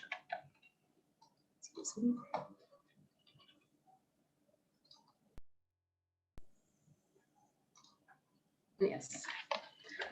According to the St. Lucia Sectoral Adaptation Strategy and Adaptation Plan for the Fisheries Sector, or the Fisheries SASA for short, the Caribbean is extremely vulnerable to the effects of climate change due to its ratio of coastline to land area, coupled with the high concentration of people and economic activities along the coast, which is the case here in St. Lucia. Not only will rising sea levels increase the frequency of population displacement, but changes in sea conditions, such as the change in sea currents and temperature, could also impact the livelihoods of many community members, including over 3,000 registered fishermen here in St. Lucia. In addition to the fishermen, CMOS farmers would also be impacted by climate change. As of late, many individuals throughout the Caribbean have ventured into CMOS farming due to the increase in global market demand, which as of mid-2020 resulted in CMOS exports from St. Lucia surpassing the overall value of $595,635.30, which was equivalent to the total recorded sales at the end of 2019. Furthermore, the current economic scale back caused by the negative impact of COVID-19 has been a major influence on the sector's success, since more people have been forced to look for alternative forms of employment. In St. Lucia and the rest of the Caribbean, CMOS is used most commonly in drinks. It is thought to be an aphrodisiac, and because of this, along with its numerous health and nutritional benefits, is highly sought after. CMOS farming is done mainly in coastal sheltered areas, with planting and maintenance undertaken by members of the community. Presently, the CMOS is tied to plastic ropes, which are attached to wooden poles hammered into the seabed. However, during unfavorable weather events or when a farm is abandoned, the poles become hazardous to marine animals and humans alike. This may include damage to property, destruction to reefs and other marine habitats, and possibly bodily harm.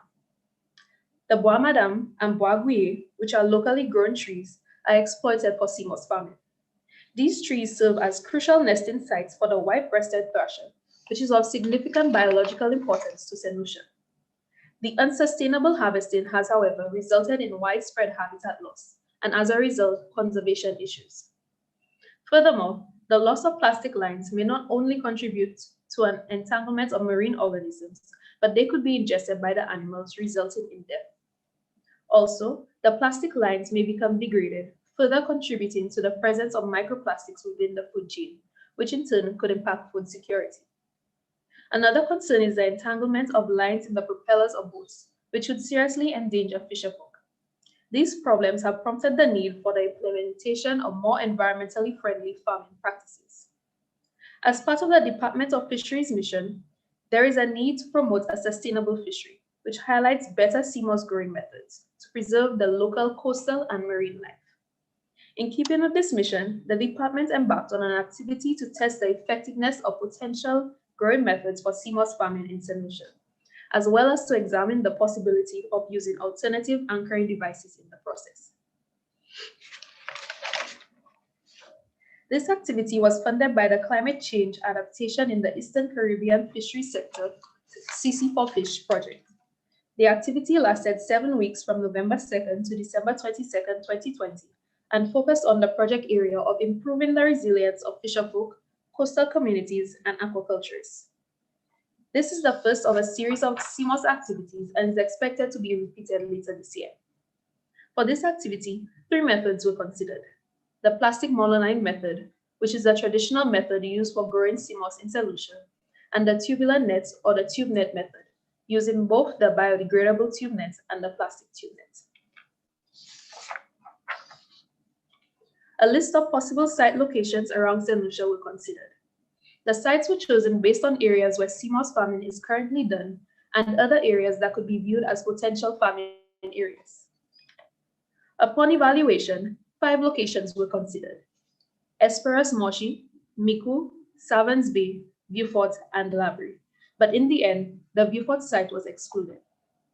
The farms were demarcated using buoys, and the farm size was determined based on various factors, including manageability, available resources, including the planting material, nets, and lines, and available sea space. The GPS coordinates of the sites were then recorded for future reference. The CMOS plants used for this activity were Eucuma cottoni, which were acquired from local farmers. The lines and nets were set up in triplicates, and 2 methods were used. All the lines and tube nets were 8 feet long, and 30 CMOS plants were used for each method. The first method was the floating horizontal monoline method, using the plastic lines. This is done using the tie-tie method, where a piece of string or twine is tied onto the line and the CMOS plant is tied to it. The second method that was used was the floating horizontal method, using the tubular nets. The tube nets were seeded using a PVC pipe, and plants were fed through them into the net. After the lines were seeded, they were weighed and placed in the water using cement blocks as anchors. This photo shows a plot established in Miku. Notice that we only used 4 buoys at the corners of the farm, since the buoys were large enough to sustain the weight of the lines, thus reducing the need for multiple plastic bottles that are normally used in CMOS farming. And this is another CMOS plot in Savans Bay. This photo shows a closer look at the farm setup, with the plastic monolines on the left and the tubular nets on the right. At the end of the activity trial period, several observations were made. The farm in Esperas Moshi was placed near another CMOS farm. The CMOS grew slowly in the 6-week period. During the activity, there was a period of intense rainfall resulting in heavy siltage of the bay. Thereafter, the CMOS appeared stringy with bleached tips, as you could see from the photo on the right. The increase in freshwater concentration from the Nevi River disrupted the normal growth pattern of the CMOS, affecting the carrageenan yield, resulting in smaller and irregularly shaped CMOS, as seen in the photo on the left. This may have been as a result of the CMOS's inability to process the freshwater influxes. Studies have shown that eupumas species are less tolerant to change in salinity levels, and as such, would have responded negatively to higher freshwater levels after the downpour. Also, the anchor lines were cut multiple times at this site during the activity, exposing the sea moss to direct sunlight, causing the bleaching. Overall, the sea moss did not grow well in this high-stress environment, as many propagules broke off and lines and tube nets were lost, resulting in the highest recorded weight at the farm being 10.9 pounds. Based on the results presented in the graph, the plastic monoline ended up being more successful than the other two methods. Unfortunately, the biodegradable tube nets were weaker and broke off completely, resulting in the drop. The test plot in Savans Bay was placed near other sea moss farms, with maintenance done by the fisheries officers. The sea moss grew very quickly for the most part of the trial period. There was a noticeable change in the sea moss as the plants grew lighter in color compared to the sea moss plants in Moshi. This may have been as a result of the lower nutrient levels, specifically nitrogen, since the mouth of the river was further from the farm as compared to Moshi. Additionally, a color change could be from increased exposure to direct sunlight due to the openness of the bay. The plastic tube net method and the plastic monoline method both experienced the highest levels of growth, with the plastic tube net once again having steady weekly increases in weight, reaching the highest of 31.9 pounds. The biodegradable tube net, however, was not able to withstand the strong wave conditions, which resulted in all the nets breaking off after the second week. In Miku, the test plot was placed near another sea moss farm, with maintenance being done by the sea moss farmer and the fisheries officers. The sea moss grew considerably well over a 5-week period. The plants grew darker in color than the other propagules found in Savans Bay and Moshi. This may have been as a result of increased nutrients being supplied to the farm due to its proximity to the river. If you look closely at the photo, the biodegradable net started breaking as it was not able to withstand the weight of the sea moss. This occurred after the 4th week and may have been as a result of increased sediment load in the nets and the stronger wave conditions, which is expected during the rainy season.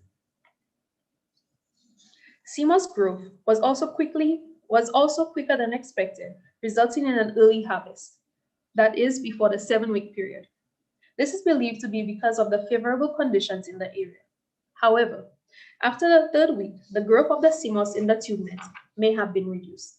This may have been due to the restrictive growth environment in the tube net and the accumulation of sediment in the nets, which may have impacted the photosynthesis rate. The tube net also served as an excellent nursery, bringing in juvenile lobster and conch.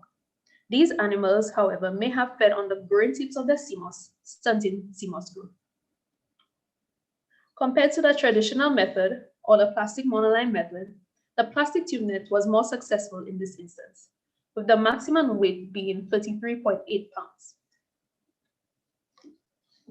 At the Labrie site, the farm was placed near shore and the sea moss grew slowly during the first 2 weeks, but the farm was later disturbed when the buoys and lines were cut. The sea moss grew differently in Labrie. Unlike the other areas, the sea moss was less stringy and grew thicker. The water quality and depth may have been the cause of this, but we're not certain. The photo shows the 2 sea moss plants that we use for this activity. The plant on the left is the one from Labrie, and the one on the right is from Miku. Here you could see the difference in plant size and shape. In Labrie, sea conditions were extremely rough, and upon the second visit, the anchors were cut due to the rough waters, and many of the propagules were lost and 3 lines broke off. The farm was discontinued at the end of week 2, since the plot was compromised. Also, the unfavorable sea conditions made it difficult for maintenance. In summary, the activity was extremely successful, and based on the results, the traditional monoline method was still an effective growing method as it allowed for the continued growth of the propagule by promoting the free movement of nutrients and sediments of the plants. Nevertheless, the plastic tube net was the most successful growing method since it retained the most propagules during periods of rough seas and had the highest overall growth. However, the confined growing environment led to an increase in sediment being trapped, which impacted the growth rate and made the post-harvest cleaning of the plants difficult. In addition to this, Savans Bay and Miku provided the most suitable growing conditions, whereas the plot in Moshi may need to be relocated to produce high-yielding results. Furthermore, the cement blocks proved to be extremely sturdy and supported the farms, except during periods of intense rainfall, as was the case in Moshi. As previously mentioned, this activity was the first of a series of CMOS activities and would be repeated for accuracy. Moving forward, the following are recommended. Number 1, the CMOS plots should be kept in the water for the same time period. During the activity, CMOS lines were removed before the end of the 7-week period due to line breakage. However, a more accurate comparison could be made if the plants follow the same timeline. Point number 2. Shorter lines and tube nets should be used for the farms. Not only would this require less maintenance by farmers, but there would be reduced line breakage because of less tension on the lines and nets. Also, less CMOS plants could be placed in the nets. This would allow for more space for CMOS to grow. Fewer propagals in the nets would also help when CMOS needs to be harvested. At the end of this activity, the nets had to be cut in order to remove CMOS since it was difficult to do so through the opening. If this method is to be promoted to local CMOS farmers, there would not be much buying since the planting material needs to be replaced each growing cycle, which makes this a more costly method than the traditional method. The activity also needs to be replicated during the dry season to determine whether river discharge and sea conditions impact growth and CMOS health. It will also be used to investigate whether or not the growth irregularities as seen in Moshi are seasonal. The identification of environmental stresses also needs to be done. Due to the wide range of environmental factors that may influence growth, it was difficult to identify which factor or stressor impacted growth rate and CMOS color. Therefore, it may be useful to conduct some experiments in an isolated or controlled environment to produce better results. Identifying the stressor will also help mitigate the effects that climate change and variability would have on the sector. And the final point is to encourage the use of alternative anchoring devices instead of the sticks and poles. After realizing the benefit of using CMOS blocks as anchors for this activity, it would be best to encourage the use of alternative anchoring devices, not only to prevent habitat loss, but it would also be more aesthetically pleasing than the rows of sticks in the water that are currently used. And this brings me to the end of my presentation. Thank you for listening. I will be taking questions now. Thank you. Thank you very much, Akiba, for your presentation. And I would invite our participants to field their questions to you. We have the various platforms, and also those in the Zoom can just raise their hand or just indicate by unmuting that they want to speak.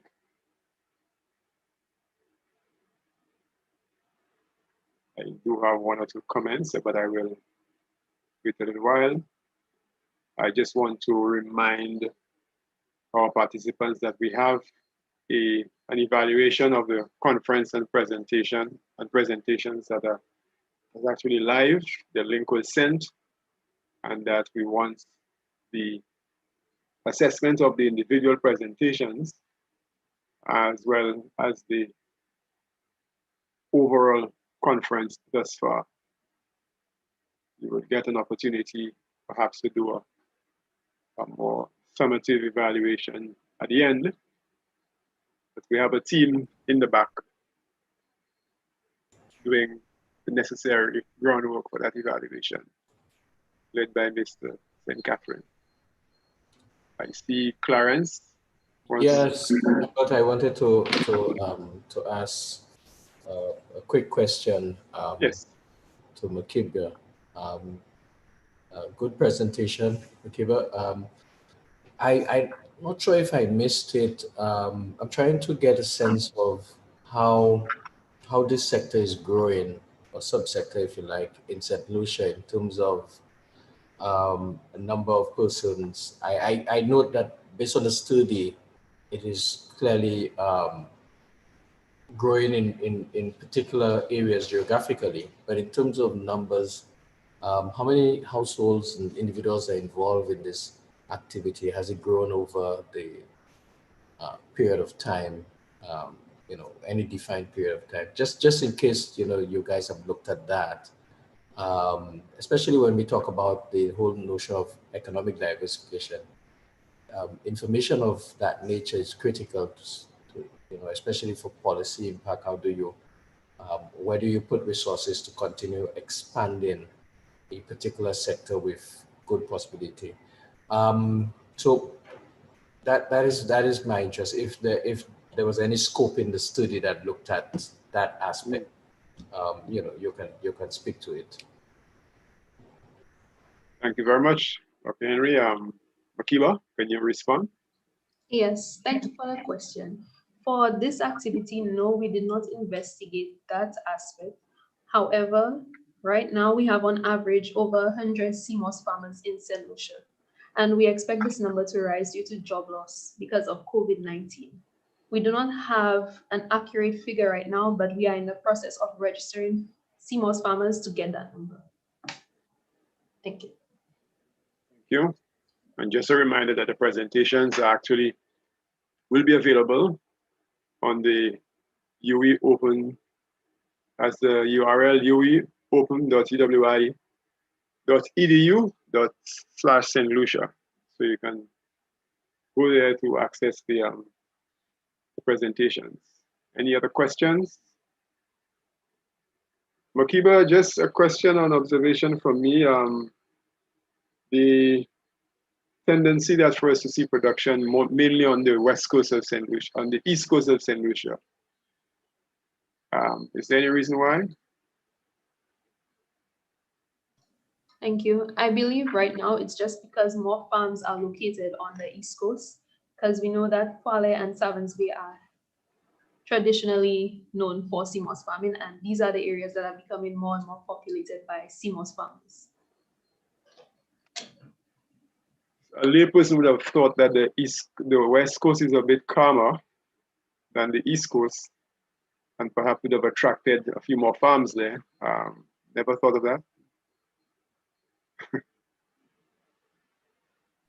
Yes, I have, but I guess now as more persons are going into the sector, they will realize areas that are better suited for CMOS farming.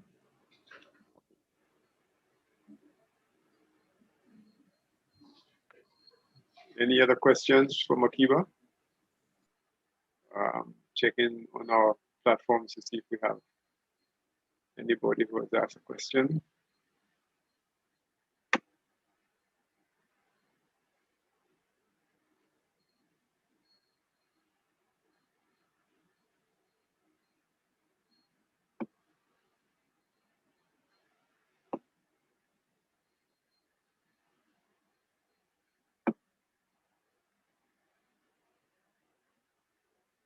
You did make a point about some of the structures that will be more aesthetically pleasing.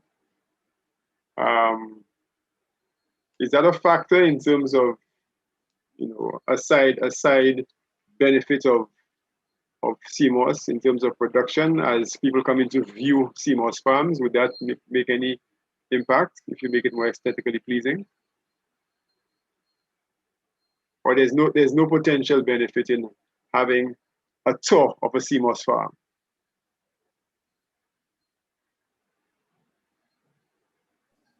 Hi, yes, that's a very interesting question. It would be beneficial in terms of ecotourism. Some tourists could be allowed to come in and see the CMOS farm. They could also be involved in the process of drying and bleaching their own CMOS to take home. So I think it would encourage more persons to get involved in the sector and to realize that it is, I guess, beneficial to St. Lucia. Thank you. Thank you. Any other questions? Any comments from the participants? Do I see any hands up? No?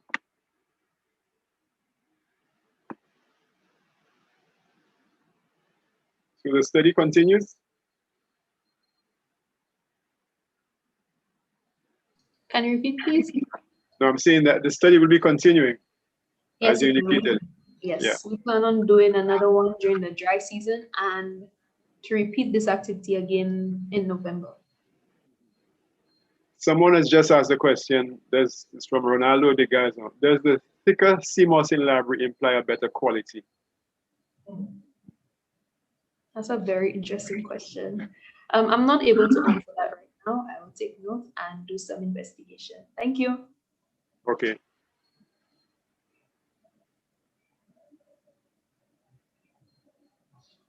Okay, any other questions? Let me see if there are any other popped up. I haven't seen any more.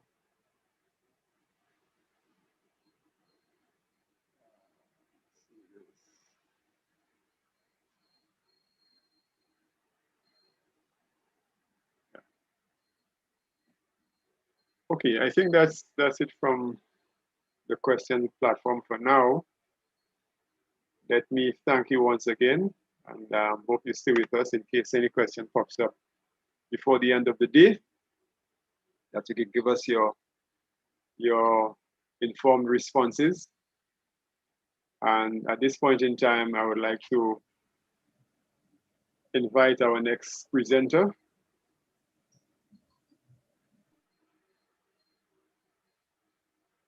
And just to give a heads up, Shireen Mohammed, who is a PhD candidate in literature, in the literatures in English, is entitled The Cry of Merlin, the self-confessional and self-judgmental lament of dismembered landscape, Wilson Harris's fictional novel. And just a quick bio.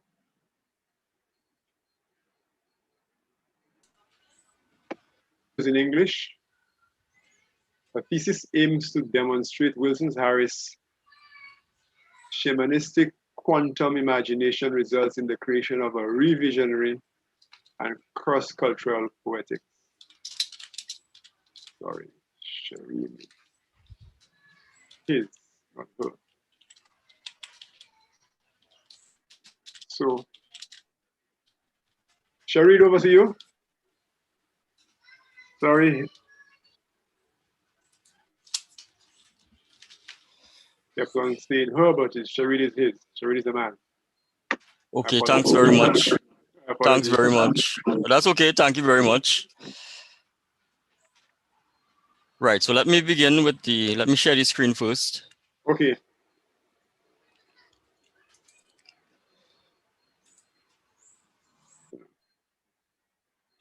Right. We're hearing you. Are you hearing me? Yeah, very clearly. Okay, thanks very much. Are you seeing my shared document? That's correct, we are. Okay, thanks very much. So yesterday it was said that science alone, in the opening ceremony, science alone cannot solve the problem of environmental degradation and climate change.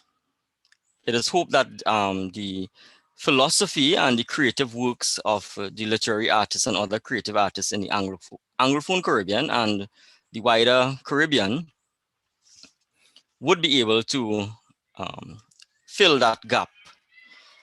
Okay, so the title of my research is entitled The Cry of Merlin, the Self-Confessional and Self-Judgmental Lament for Dismembered Landscapes, Riverscapes, Skyscapes, and Oceanscapes in the language of Wilson Harris's fictional novels.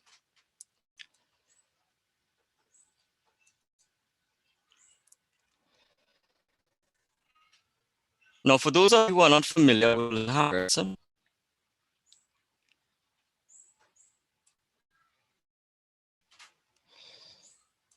he is a Guyanese British writer, and he had written prolifically, theoretically, and fictionally from 1960 straight up to 2017.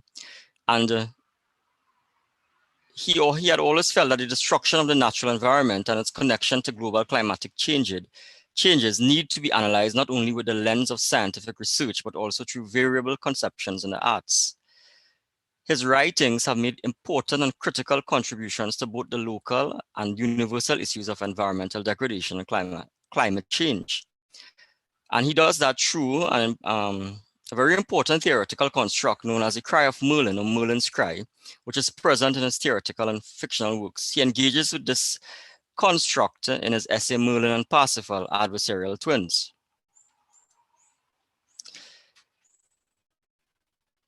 Harris lingers on an unspoken apprehension of an incalculable price to be paid in pollution, in the extension of species, and in other elemental implosive cycles which leave their shadow upon the psyche of nature. He terms such an unspoken apprehension as a cry of Merlin or Merlin's cry. This cry or quality of voice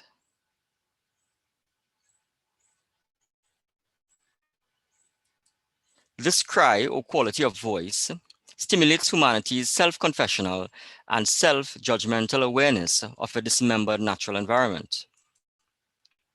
Most importantly, readers can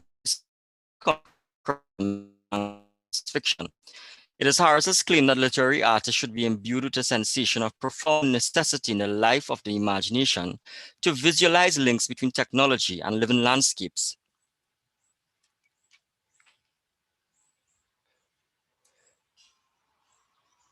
In continuously new ways that takes nothing for granted in an increasingly violent and materialistic world. Subsequently, the haunting and necessary proportions of a new dialogue with the reality of an anatomy or shared body everywhere in all things can be represented in the language of fiction. This paper argues that Harris's use of metaphorical language in fictional novels breaches the hubris of technological progress and echoes a quality of voice or redemptive cry for the fate of nature. This research will further demonstrate that the dense metaphorical language of Harris's fictional works can assist both our understanding and offers an illuminating perspective of the dismemberment and of the natural world by humanity's rootless logic of materialism. Now, Harris had an intimate connection with the living landscapes, and this greatly influenced his theoretical perception about the landscape as being living. It is his claim that his surveying expeditions into the deep forested rainforests of Guyana in the 1940s and early 1950s allowed him to become intimately and profoundly involved with the landscapes and riverscapes of Guyana. Subsequently, he sensed over the years that the landscape possessed resonance. The landscape for him possessed a life and was like an open book. He felt the alphabet of the landscape with which he worked with was all around him. However, Harris contends that it takes some time to really grasp what this alphabet is and what a book of the living landscape is. Harris contends that his experience of the Guyanese hinterland staggered his realistic perception of the physical landscape. There was thus a shift that occurred in the premises of his reading in the reality of the sky, in the land, and the river, everywhere. Subsequently, Harris contends that his recognition of these links in the landscapes began to secrete themselves into metaphoric images in the language of his fictional novels.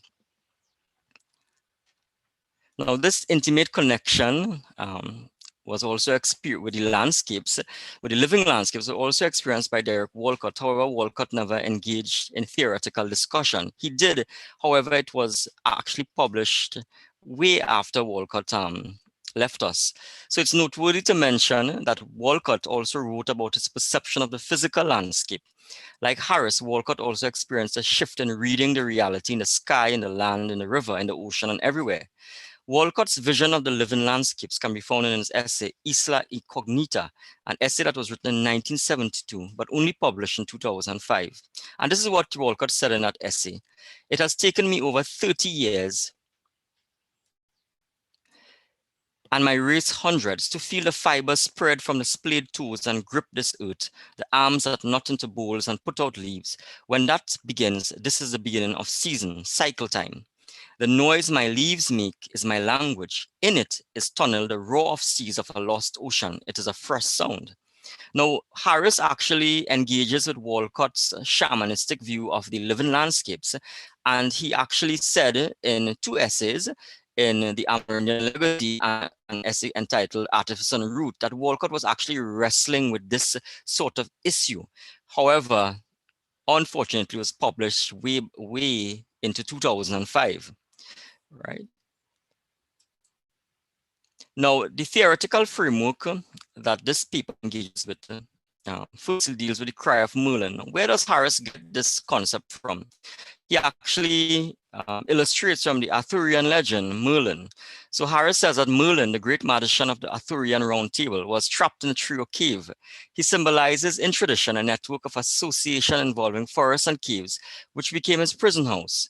He felt himself betrayed by the very dragon of knowledge he courted and exploited.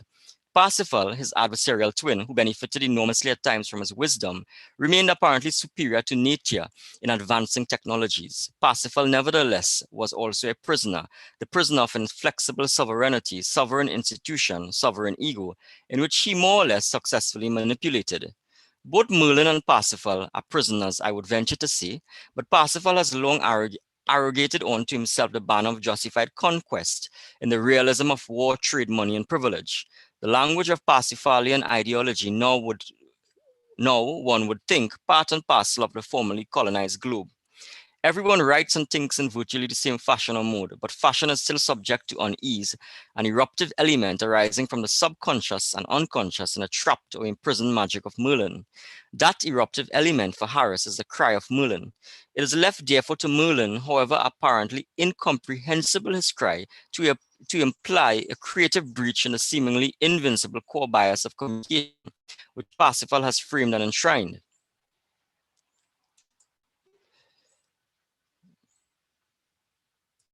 Another theoretical construct that Harris actually engages with is called the Treaty of Sensibility between human presence and the living landscapes on this planet. And Harris's notion of the linkages between humanity and the living landscapes is rooted in the pre-Columbian tradition of a profound and unusual treaty of sensibility between human presence on this planet and physical environment. And this sort of perception was actually held by the ancient Mayans and ancient Aztecs and other indigenous groups, pre-Columbian groups in the Caribbean region. Harris asserts that this pre-Columbian treaty of sensibility has signals which are planted in the landscape. It is his view that this intricate and invisible connection between humanity and the living landscapes are ancient vestiges of synchronicity, or linkages that are acausal and stagger our human logic of cause and effect realism. He terms such ancient vestiges of synchronicity as quantum links. So therefore, for Harris, quantum physics serves as a philosophical anchorage for his alteration of the texture of the English language to represent the quantum links or quantum text of the living landscapes. Harris illustrates from the concepts of quantum entanglement and quantum superposition to validate his representation of those linkages between humanity and the living landscapes in the metaphoric images of his fiction. The populist technological progressism is one that is suffused by fixed policies between various economic and political fortress institutions of many industrialized countries. Such established legislation sometimes serve only to mask the reality of a voiceless, endangered environment. It therefore suffocates real and genuine dialogue in spite of the numerous contrivances of public relations it may promote in the name of environmental awareness. And one could only think of one such public relations policy that never came into full effect because of COVID-19 from a particular company, which aimed at trapping carbon in the upper atmosphere and actually using technology to place it back within the Earth's crust. The use of technology to harvest and consume the Earth's resources have resulted in environmental abuse. And yet, ironically, there remains a profound desire for preservation and conservation. Moreover, the involvement in threatened species and landscapes by man-made materials, and above all, the mistranslation of the turbulent energies of climate change has made humanity blind to the strange, disturbing, and echoic cry of nature. This resonating signal or Merlin's cry from the natural environment represents that breach in a treaty of sensibility between human presence and the living landscapes on this planet. Merlin's cry is a callous rupturing of the acausal or quantum links of the landscapes, riverscapes, skyscapes, and oceanscapes. Such quality of the voice in ourselves is elusive. It cannot be seized. It is the essence of living diversity, which tends in a progressive age to be flattened. The self-judgment and self-confession that it evokes in humans generate a discontinuity within technological imperatives or the rule of machines. Such a caveat may lead to a transformation or conversion of a ruling scientific ego to an understanding of the indeterminate yet coherent unity of being amongst all landscapes. This indeterminate unity of being or quantum entanglement undermines the perception of the Earth's activities as conforming to a strict statistical formula or teamed identity. Shamanic writers such as Wilson Harris is therefore susceptible to comprehending and becoming genuinely involved with the innermost acausal cycles of planet Earth that defy relativistic cause and effect reality. This illuminating quantum vision would allow the writer to translate those implicit disruptions or cries of the Earth's protective linkages between human presence and the natural environment. The breach in such acausal or quantum links in nature by human technological progress arises to affect the language of Harris's fiction. The shamanistic quantum vision of these entanglements causes a rare picture of imagery within Harris's linear mental contours or configurations of the landscapes. They loom into Harris with such astonishing echoic force that he can no longer remain blind to them. His mental linear configurations or fixed causal boundaries of the landscape are now replaced by non-configuration or acausality. According to Harris, in describing the world you see, the language evolves and begins to encompass realities that are not visible. The fissure in the invisible linkages or quantum linkages between humanity and the living landscapes erupt as a ventriloquist of spirit or Merlin's cry in the obscure clusters of imageries in Harris's fiction. Here is an example from his novel, The Four Banks of the River of Space. And I'm about to read this quote from the novel. I threw the knife far up into space. It glittered, it flashed. It was a conveyor, a satellite of knowledge. It glittered, it flashed. Then all at once it shot like lightning into the body of a flying creature. I heard the flying creature's long, sweet, poignant, bitter lament, as if a note had been struck in the darkest recesses of melodic conscience. The lightning knife had found its mark. The winged, dancing, flying bird appeared to pause in the twinkling of an eye within us, within inner space, glimmering stillness, yet lightning apprehension of the geology of the tides through which to build the architecture of the city of God, or to topple El Dorado into further ruin. The angelic dancer fell with open, outstretched wings. It fell downwards, or was it backwards into the upturned vessel of the sky, in which the sun shone like a pool star within a drought of cloud? Glimmering star sun, or floating islet of the abyss. I listened for the splintering note of the knife upon the head of rock, but heard nothing. I was unsure. Did the dancer and the knife fall and rise upon an ozone door, a tidal door in the most spectre of earth and sky? Every epitaph for a dying savage tribe's angel of beauty witnesses an abyss we need to visualize. Distances and architectures we have befouled. An abyss between a knife in the sky and a knife on the earth. A double-edged knife. It pierces us with the necessity for a visionary change of heart, for a new sculpture of being. In the previous extract, the knife represents those man-made excavations or fissures into those acausal linkages in the living landscapes that support the Earth's life-sustaining cycles. These man-made cuts into the quantum fabric of nature result in Merlin's painful cry. The destruction of the quantum links between the landscapes, skyscapes, riverscapes, and oceanscapes are represented in the incoherent images of the dancer and the knife that fall and rise upon an ozone door, a toppled ruined tidal door in the greenhouse drought spectre of earth and sky. However, the translation of Merlin's cry into humanity's ruthless logic of a cause and effect reality staggers and forces the reader to visualize the severed linkages or architectures that have been befouled. Moreover, the living landscapes in the previous extract operate in a quantum entanglement and quantum superposition of simultaneous states, since they seem to be in parallel places at the same time. The acausal linkages or treaty of sensibility between the humanity and the landscapes are clothed and redressed in counterintuitive images, such as the ozone door that is interfused with the tidal door in the greenhouse drought spectre of Earth.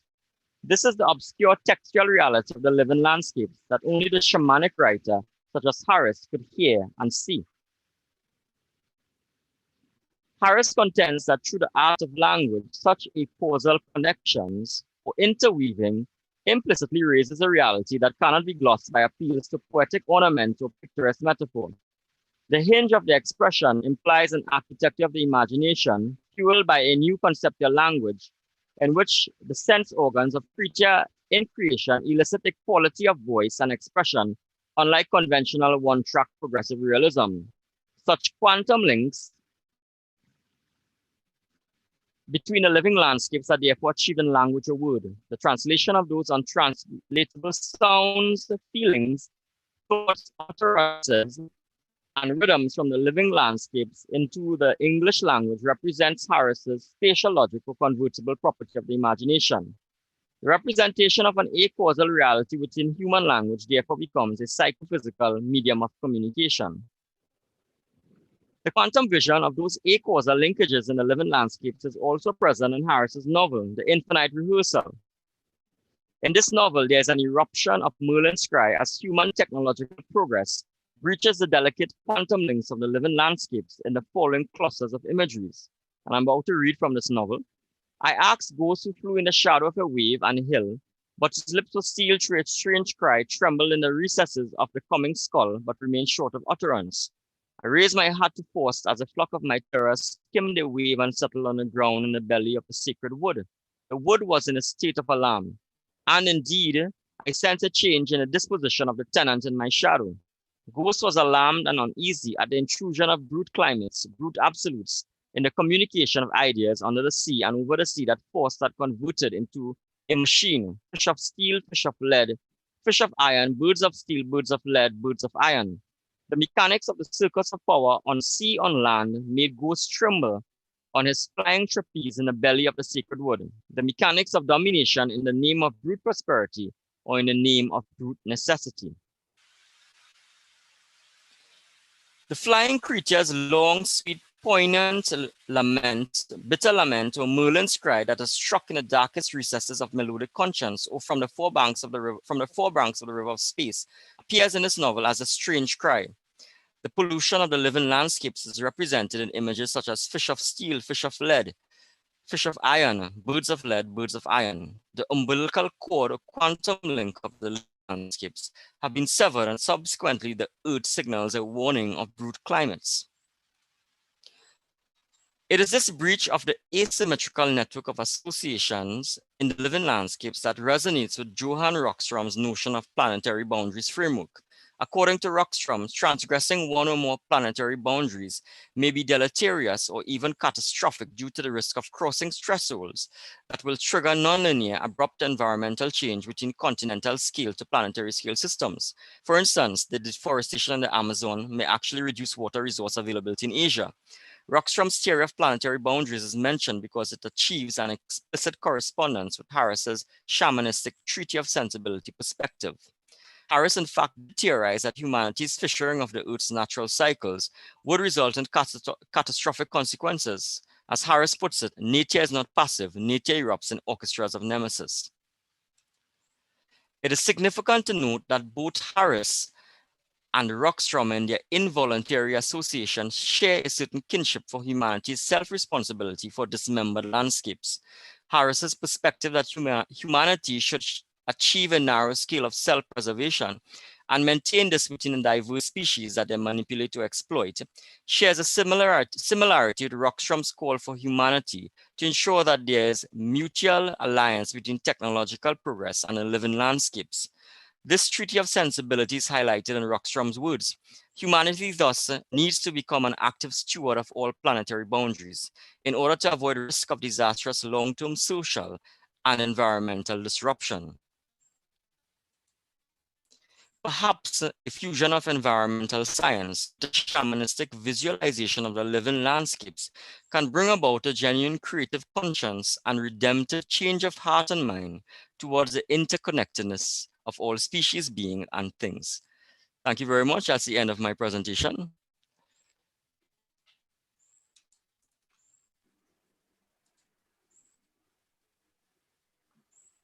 Thank you very much, Sherry.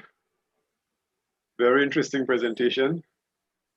Thank you very much. I'm sure you will have some comments. I have a couple of questions to ask. But some people have been asking earlier on in terms of sharing of the presentation. I know it is usually, these are works in progress, but at least for reference purposes, if you could share the presentation with the UWI Open Campus, so people who may want to interrogate it and ask some questions directly to you may want to do Of so. course. Because Yes, yes. you're completing your thesis on that subject. Yeah, this is just part of the of Wilson Harris's my aim is to show that Harris's shamanistic quantum imagination results in the creation of a revisionary and cross-cultural poetics. So I'm looking at how Harris uses he illustrates some certain shamanistic vestiges and infuses quantum physics with those shamanistic vestiges from the Caribbean region, and how this arises to affect the language of his language of his fiction that has been perceived over many decades as being obscure, as being very difficult to understand. So this is just part of that idea, and I'm currently working on completing a thesis. Mm-hmm. Right. I usually find that writers who use certain perspectives is where you come from a personal experiential background. I mean, what was it? Can you speak to Harris's belief systems and the reason why he approached the subject that way? I mean, Well, was he a faith or? Well, it should be interesting to point out that Harris is actually from a scientific and mathematics background. And what happens is that his experience with the landscape caused him to realize that objective criteria had breached his limits in his perception of the landscape.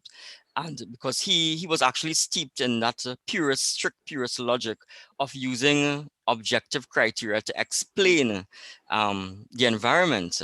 And what he was actually faced with due to his interaction with the certain tribes in the interior of the Amazon rainforest, like the Macusis and Wapishanas and others, he recognized that they had a different belief system of the landscape that actually defied the limits of objective criteria. And he recognized that there was something acausal about this perception of the landscapes, and because of that acausality, he could no longer turn to the objective criteria of science, which is actually steeped in relativistic cause and reality phenomena. So Harris, as a scientist, he was actually grappling with this issue that he had to actually recognize that science is fallible because of certain concrete limits, and the concrete limits really are the objective criteria. And that's why in his writings he realized that such fallibility actually becomes the domain of art, because when you look at the and such objective criteria is actually masked by hidden diversities, and the intricacy of those masks is he recognizes a revelation of the tangible interfused with the intangible. Hence, he recognized that the landscapes actually consist of tangible and intangible connections, and these intangible connections are actually acausal or quantum links, as he later recognized them to be. So for him, objective criteria could not explain his new perception of the landscapes. So therefore, it all comes back to that personal experience that he had. So, he had to actually kind of bridge science with shamanistic psychology. So that's why he turned to quantum reality, because quantum reality actually looks at these indeterminate, invisible connections within the landscapes that a strict purist logic of objective criteria cannot give an exact representation to. Okay, I could just give you a simple example. We have this very strict formula for describing photosynthesis. However, there has not been any scientist who could actually explain what happens to water vapor, how it actually becomes purified in the Earth's upper atmosphere. Right, so you have these scientific logic could actually give there's a concrete limit in terms of comprehending the natural world. So that's why Harris actually had to, because he was now in tune with this shamanistic view, he actually had to turn to a different type of science, right? And something that could actually validate his perception. It's interesting you say that, because while most scientists would accept the limitations of the inquiry, they wouldn't go as far as what Harris did. Well, it all depends on the individual. I mean, he recognized that there was a discontinuity. I mean, he found himself in an abyss, and he had to actually create, create a legitimate linkage between this type of belief system that he was gradually learning to accept. Well, I don't want this to be a dialogue between us. Okay, no problem. Let me invite, I find it's really fascinating Thank what you you very have much. started. But let me invite the others to share their comments and their questions. Doesn't have to be a question. I'm sure that might be an area, as I presume most people in the following are of a scientific background. May have some comments and observations to make as well. Okay, thanks very much. Maybe to challenge you. Okay. So, any questions from the Zoom or on Facebook? Any questions on Facebook? Just checking the Facebook platform to see if there's anything we have thus far. UWI, any questions on Facebook? I haven't seen on my platform. No questions, Mr. Charles. Okay. Sherry, you made a quick reference to or a passing reference to Derek Walcott. Yes. We know that Derek Walcott's preoccupation with nature and the environment, seascapes and landscapes, which he was so fond of, especially St. Lucia, moved to a level of activism as well. I mean, Yeah. I mean, was that evident in Harris's life that you're aware of, or his work? Yes, Harris actually, he most of his theoretical works, his way of bringing about this was through his theoretical writings, his perception of the environment being degraded, its impact on climatic changes are very prevalent in his theoretical writings, and they are represented in most of his fictional works. So that's his way of bringing his messages. And he describes himself as a shamanic writer. So that's as a shaman, he's involved in this therapeutic healing of nature. So he has brought it about in his works, right? Does it extend to his poetry? Yes, it's there, and he actually began writing poetry at the beginning of his writing career, and it's actually there that the Amerindian presence, this shamanistic belief is actually there in his poems. One I could recall, it's highly portrayed in Eternity to Season. Well, there's a question from Don Pierre Nathaniel who asks, how has delving into the realms of science and creative consciousness influenced your personal thinking and actions? I guess in relation to the subject matter dealing with climate change and so forth. You want me to repeat the question, Cheryl? Yes, thanks. Yeah. Just repeat it, please. Yeah. How has delving into the realms of science and creative consciousness influenced your personal thinking and actions? In other words, how has the study of Harris and what he's doing had an impact on you as an individual?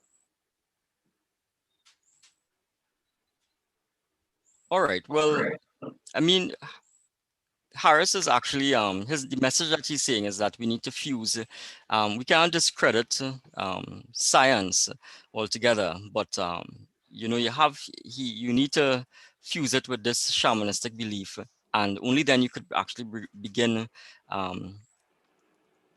generating that creative, redemptive change of heart in every individual. I myself, I have been brought up to think that science could actually solve a lot of the problem. But after studying Harris for so many years, you realize that you have to look at the world through a quantum lens, or you have to acquire that quantum vision. And it's only through multiple perspectives could you actually become actively involved in environmental awareness. and recognize that it's not just one method to solve this issue that's taking place right now. That you need.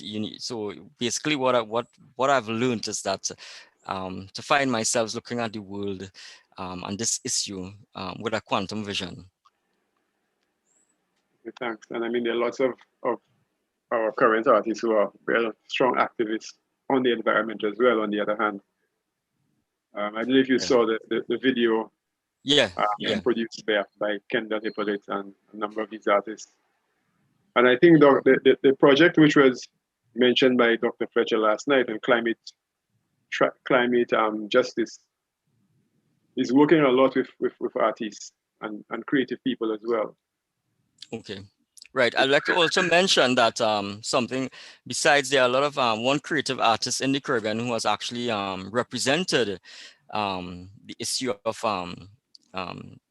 human technological progress impacting on the environment is actually Aubrey Williams. For the people who are into the creative arts, most of his paintings he has actually used that concept of the ancient Mayan mistakes, where the Mayans, because their technological progress has did in fact destroy their civilization and the environment, he actually infuses it into paintings which show that there's that parallel with the ancient Mayans and modern society. And Wilson Harris is actually very familiar with Aubrey Williams. He actually wrote an essay entitled Aubrey Williams and explores this concepts at great depths. So, there was this, these creative writers and artists did not operate in that insular mode. There was actually a dialogue. They were operating in these what Harris call parallel universes of sensibilities. So, and even if they were operating outside the realms of scientific analysis of what was taking place in terms of environmental degradation and climatic changes, they were actually making that impact. So again, so the issue now is that how what lies is that issue of actually bridging that gap between science and the creative arts, right? I mean, it has been bridged by Harris and the and other writers, but there needs to be a greater architectural connection. And once that linkage has been established, perhaps we all could acquire what Harris calls the quantum vision of the living landscapes. So it's not about it's not only about groups becoming actively involved, but it's about humanity becoming actively involved. The onus is on the individual, and that's the message that Harris really aims to share through his shamanistic quantum imagination. Yeah, I have another question from Shani St. Martin. Okay. Can you comment on how Harris anchoring metaphorical analogies to other cultural and mythical stories, apart from those in the Caribbean, also presents a kind of wrestling? You want me to repeat it? Yeah, I'll answer it. Yeah, I heard the answer. You heard it? Okay, go ahead. First of all, with Harris, there wasn't any, I like to say, and this is what I think, based on his writings and his theoretical works, I don't think he was wrestling with that issue. From the beginning of his writing career, Harris had always had a cross-cultural vision. And this cross-cultural vision really deals with the mutuality of embracing yet contrasting presences. So it's not about that Harris appropriates or assimilates from other cultures. What he does, in his cross-cultural vision, he actually creates that universal space where every myth and every story and every cultural expression, language, because he had a serene acceptance of cultural, political, linguistic variability. So they all found, and all these variabilities actually finds a safe space in Harris's cross-cultural vision. So there wasn't any wrestling between these contradictions. Once in that cross-cultural space, one presence does not flatten and block another presence. They are on equal footing in his cross-cultural vision. And I think Shani just follows up with a second part of the question. Let me just put it up.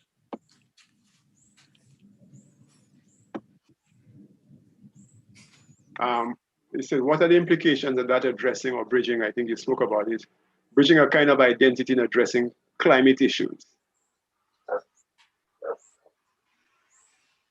So that bridging you're talking about, the question is, what are the implications of that in addressing a kind of bridging some identity in addressing climate issues?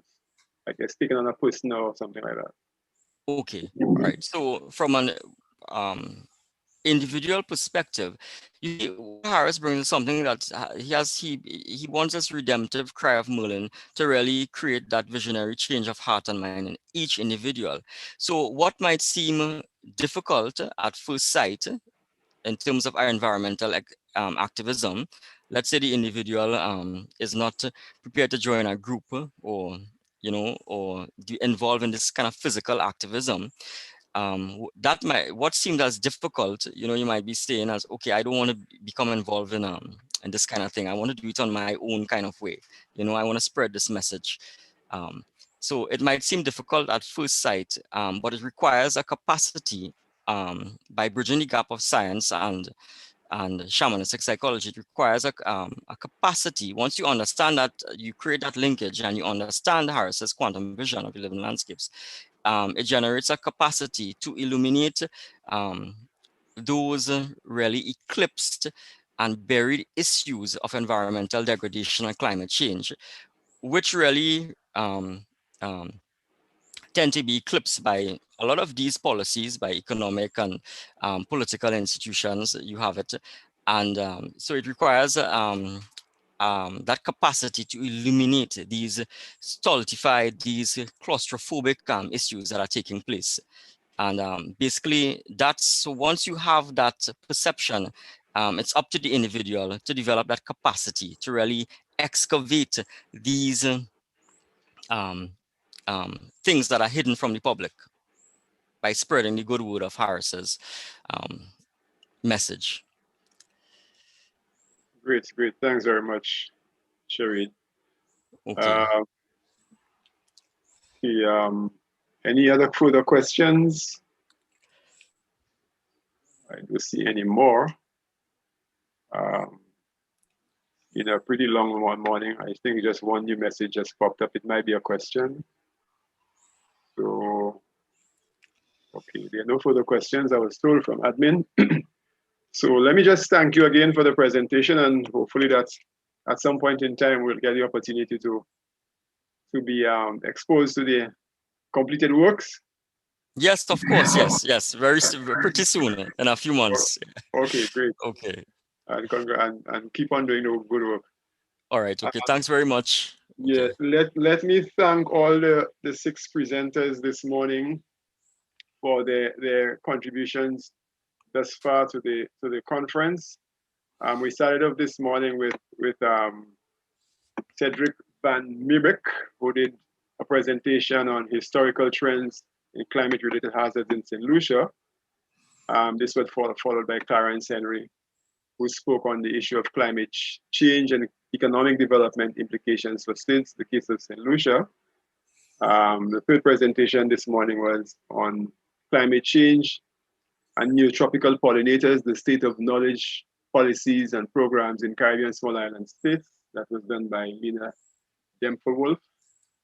Then the fourth presentation was by Don Pierre Nathaniel, who is the Deputy Chief Sustainable Development and Environment Officer of St. Lucia, who spoke on St. Lucia's climate policy and actions related to climate change and the policy implications which it has for St. Lucia, as well as the steps approved by the government of St. Lucia thus far. Production. And I'm sure Mokiba has some questions to take back to the team in terms of follow-up work and looking at some of the language of Wilson Harris's fictional narratives as they address to the way we dismember. As preparing presentations for conferences, especially if you have full-time jobs, it's not really easy. You don't want to get off time. It presents the opportunity for some peer review to give others a chance to do a critique of what you're doing. And perhaps tomorrow we move on to day 2. And let me remind you to join us and invite your friends to join us. We have 5 presentations tomorrow. Our presenters will be Shelley Ann Cox, Forms. Nicole LaForce Haynes will be speaking on the presentation of a particular project in the Forestry Department Research Division.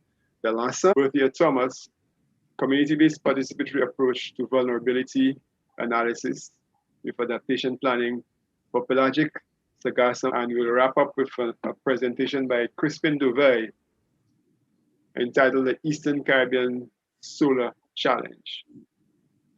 So let me remind you before we wrap up that you know the participate. I see Giles just joined us.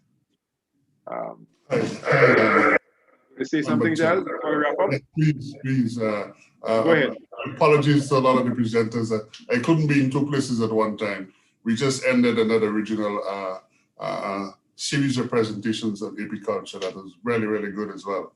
I really wanted to participate in the last presentation by Shireen. But the real point I want to make at this time is the documentation out of these presentations. Usually we go, we do presentations and we have a problem. The UWI has a appeal on behalf of UWI and ourselves, the UNDP, that we would like you all to submit, all presenters, please submit your submissions as soon as possible so we can have a valuable proceedings that comes out of this very seminal event. So please, again, please, as soon as possible, in the next week or 2, submit your presentations so we can compile them into proceedings so that they could be used for future policy development and policy work. Thank you very much, Mr. Chair. Thank you very much, Mr. Romulus, and we will just send you off again with a bit of Calypso. Is the last lap Carnival Tuesday in Trinidad. But I do think that our producers would send you off with something that would cause your appetite to linger. They'll probably send you off with something that will cause you to think a bit about the environment. Thank you, and see you tomorrow. At the edge of rising water, we sing for our future.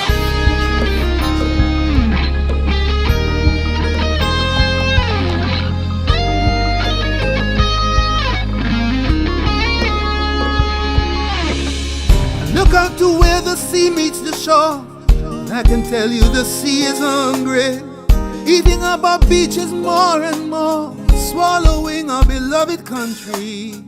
The air's so hot above our land, poisoned with emissions, and most of that is not made by us. They blow in from much larger nations. Systematic toxicity, overeating our land and sea. Our waters rise to your economy, threatening our lives degree by degree. Don't let it rise more than 1.5. 1.5 to stay alive. Don't let it rise more than 1.5. No, bring it down. Don't let it rise more than 1.5. 1.5 to stay alive. Don't let it rise more than 1.5. Before we're all gone. I think of all these figures and facts and try and see into the future. I see the crops die and the rivers dry. There is drought and rising seawater. I see our people fighting for food in islands that used to grow plenty. This future's not far away unless we are bound by a treaty.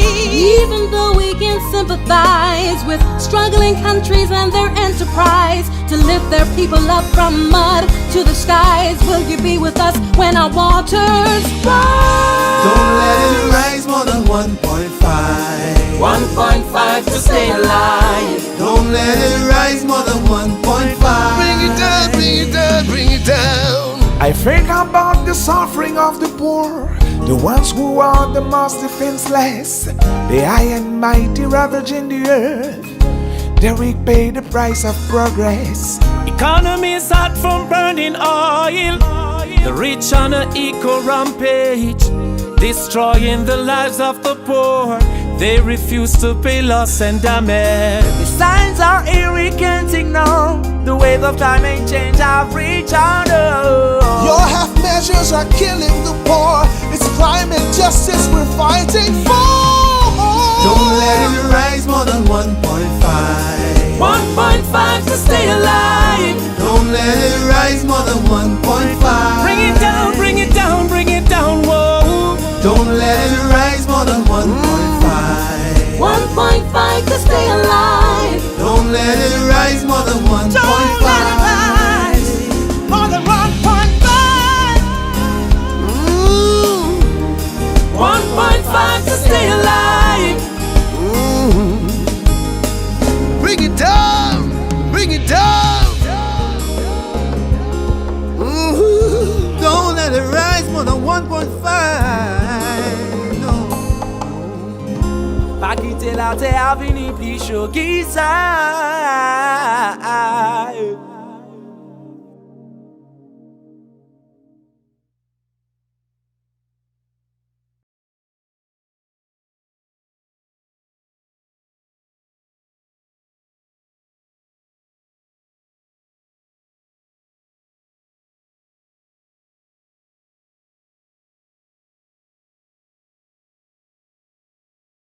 Unleash creativity and innovation. Unleash community spirit. Unleash. The People's Knowledge Fair and the UWI Open Campus St. Lucia Country Conference 2021 Phase 2 presents Vision and Sustainable Futures. Experience St. Lucia's first national Honey Bee Show training workshop on the 15th and 16th. Come learn from a leading international expert everything you need to know to compete in December in our first ever National Honey Show. Registration is open now. The People's Knowledge Fair and UWI Open Campus St. Lucia Country Conference is brought to you by GEF, SGP, UNDP, UWI, CYEN, and other corporate partners. At the edge of rising water, we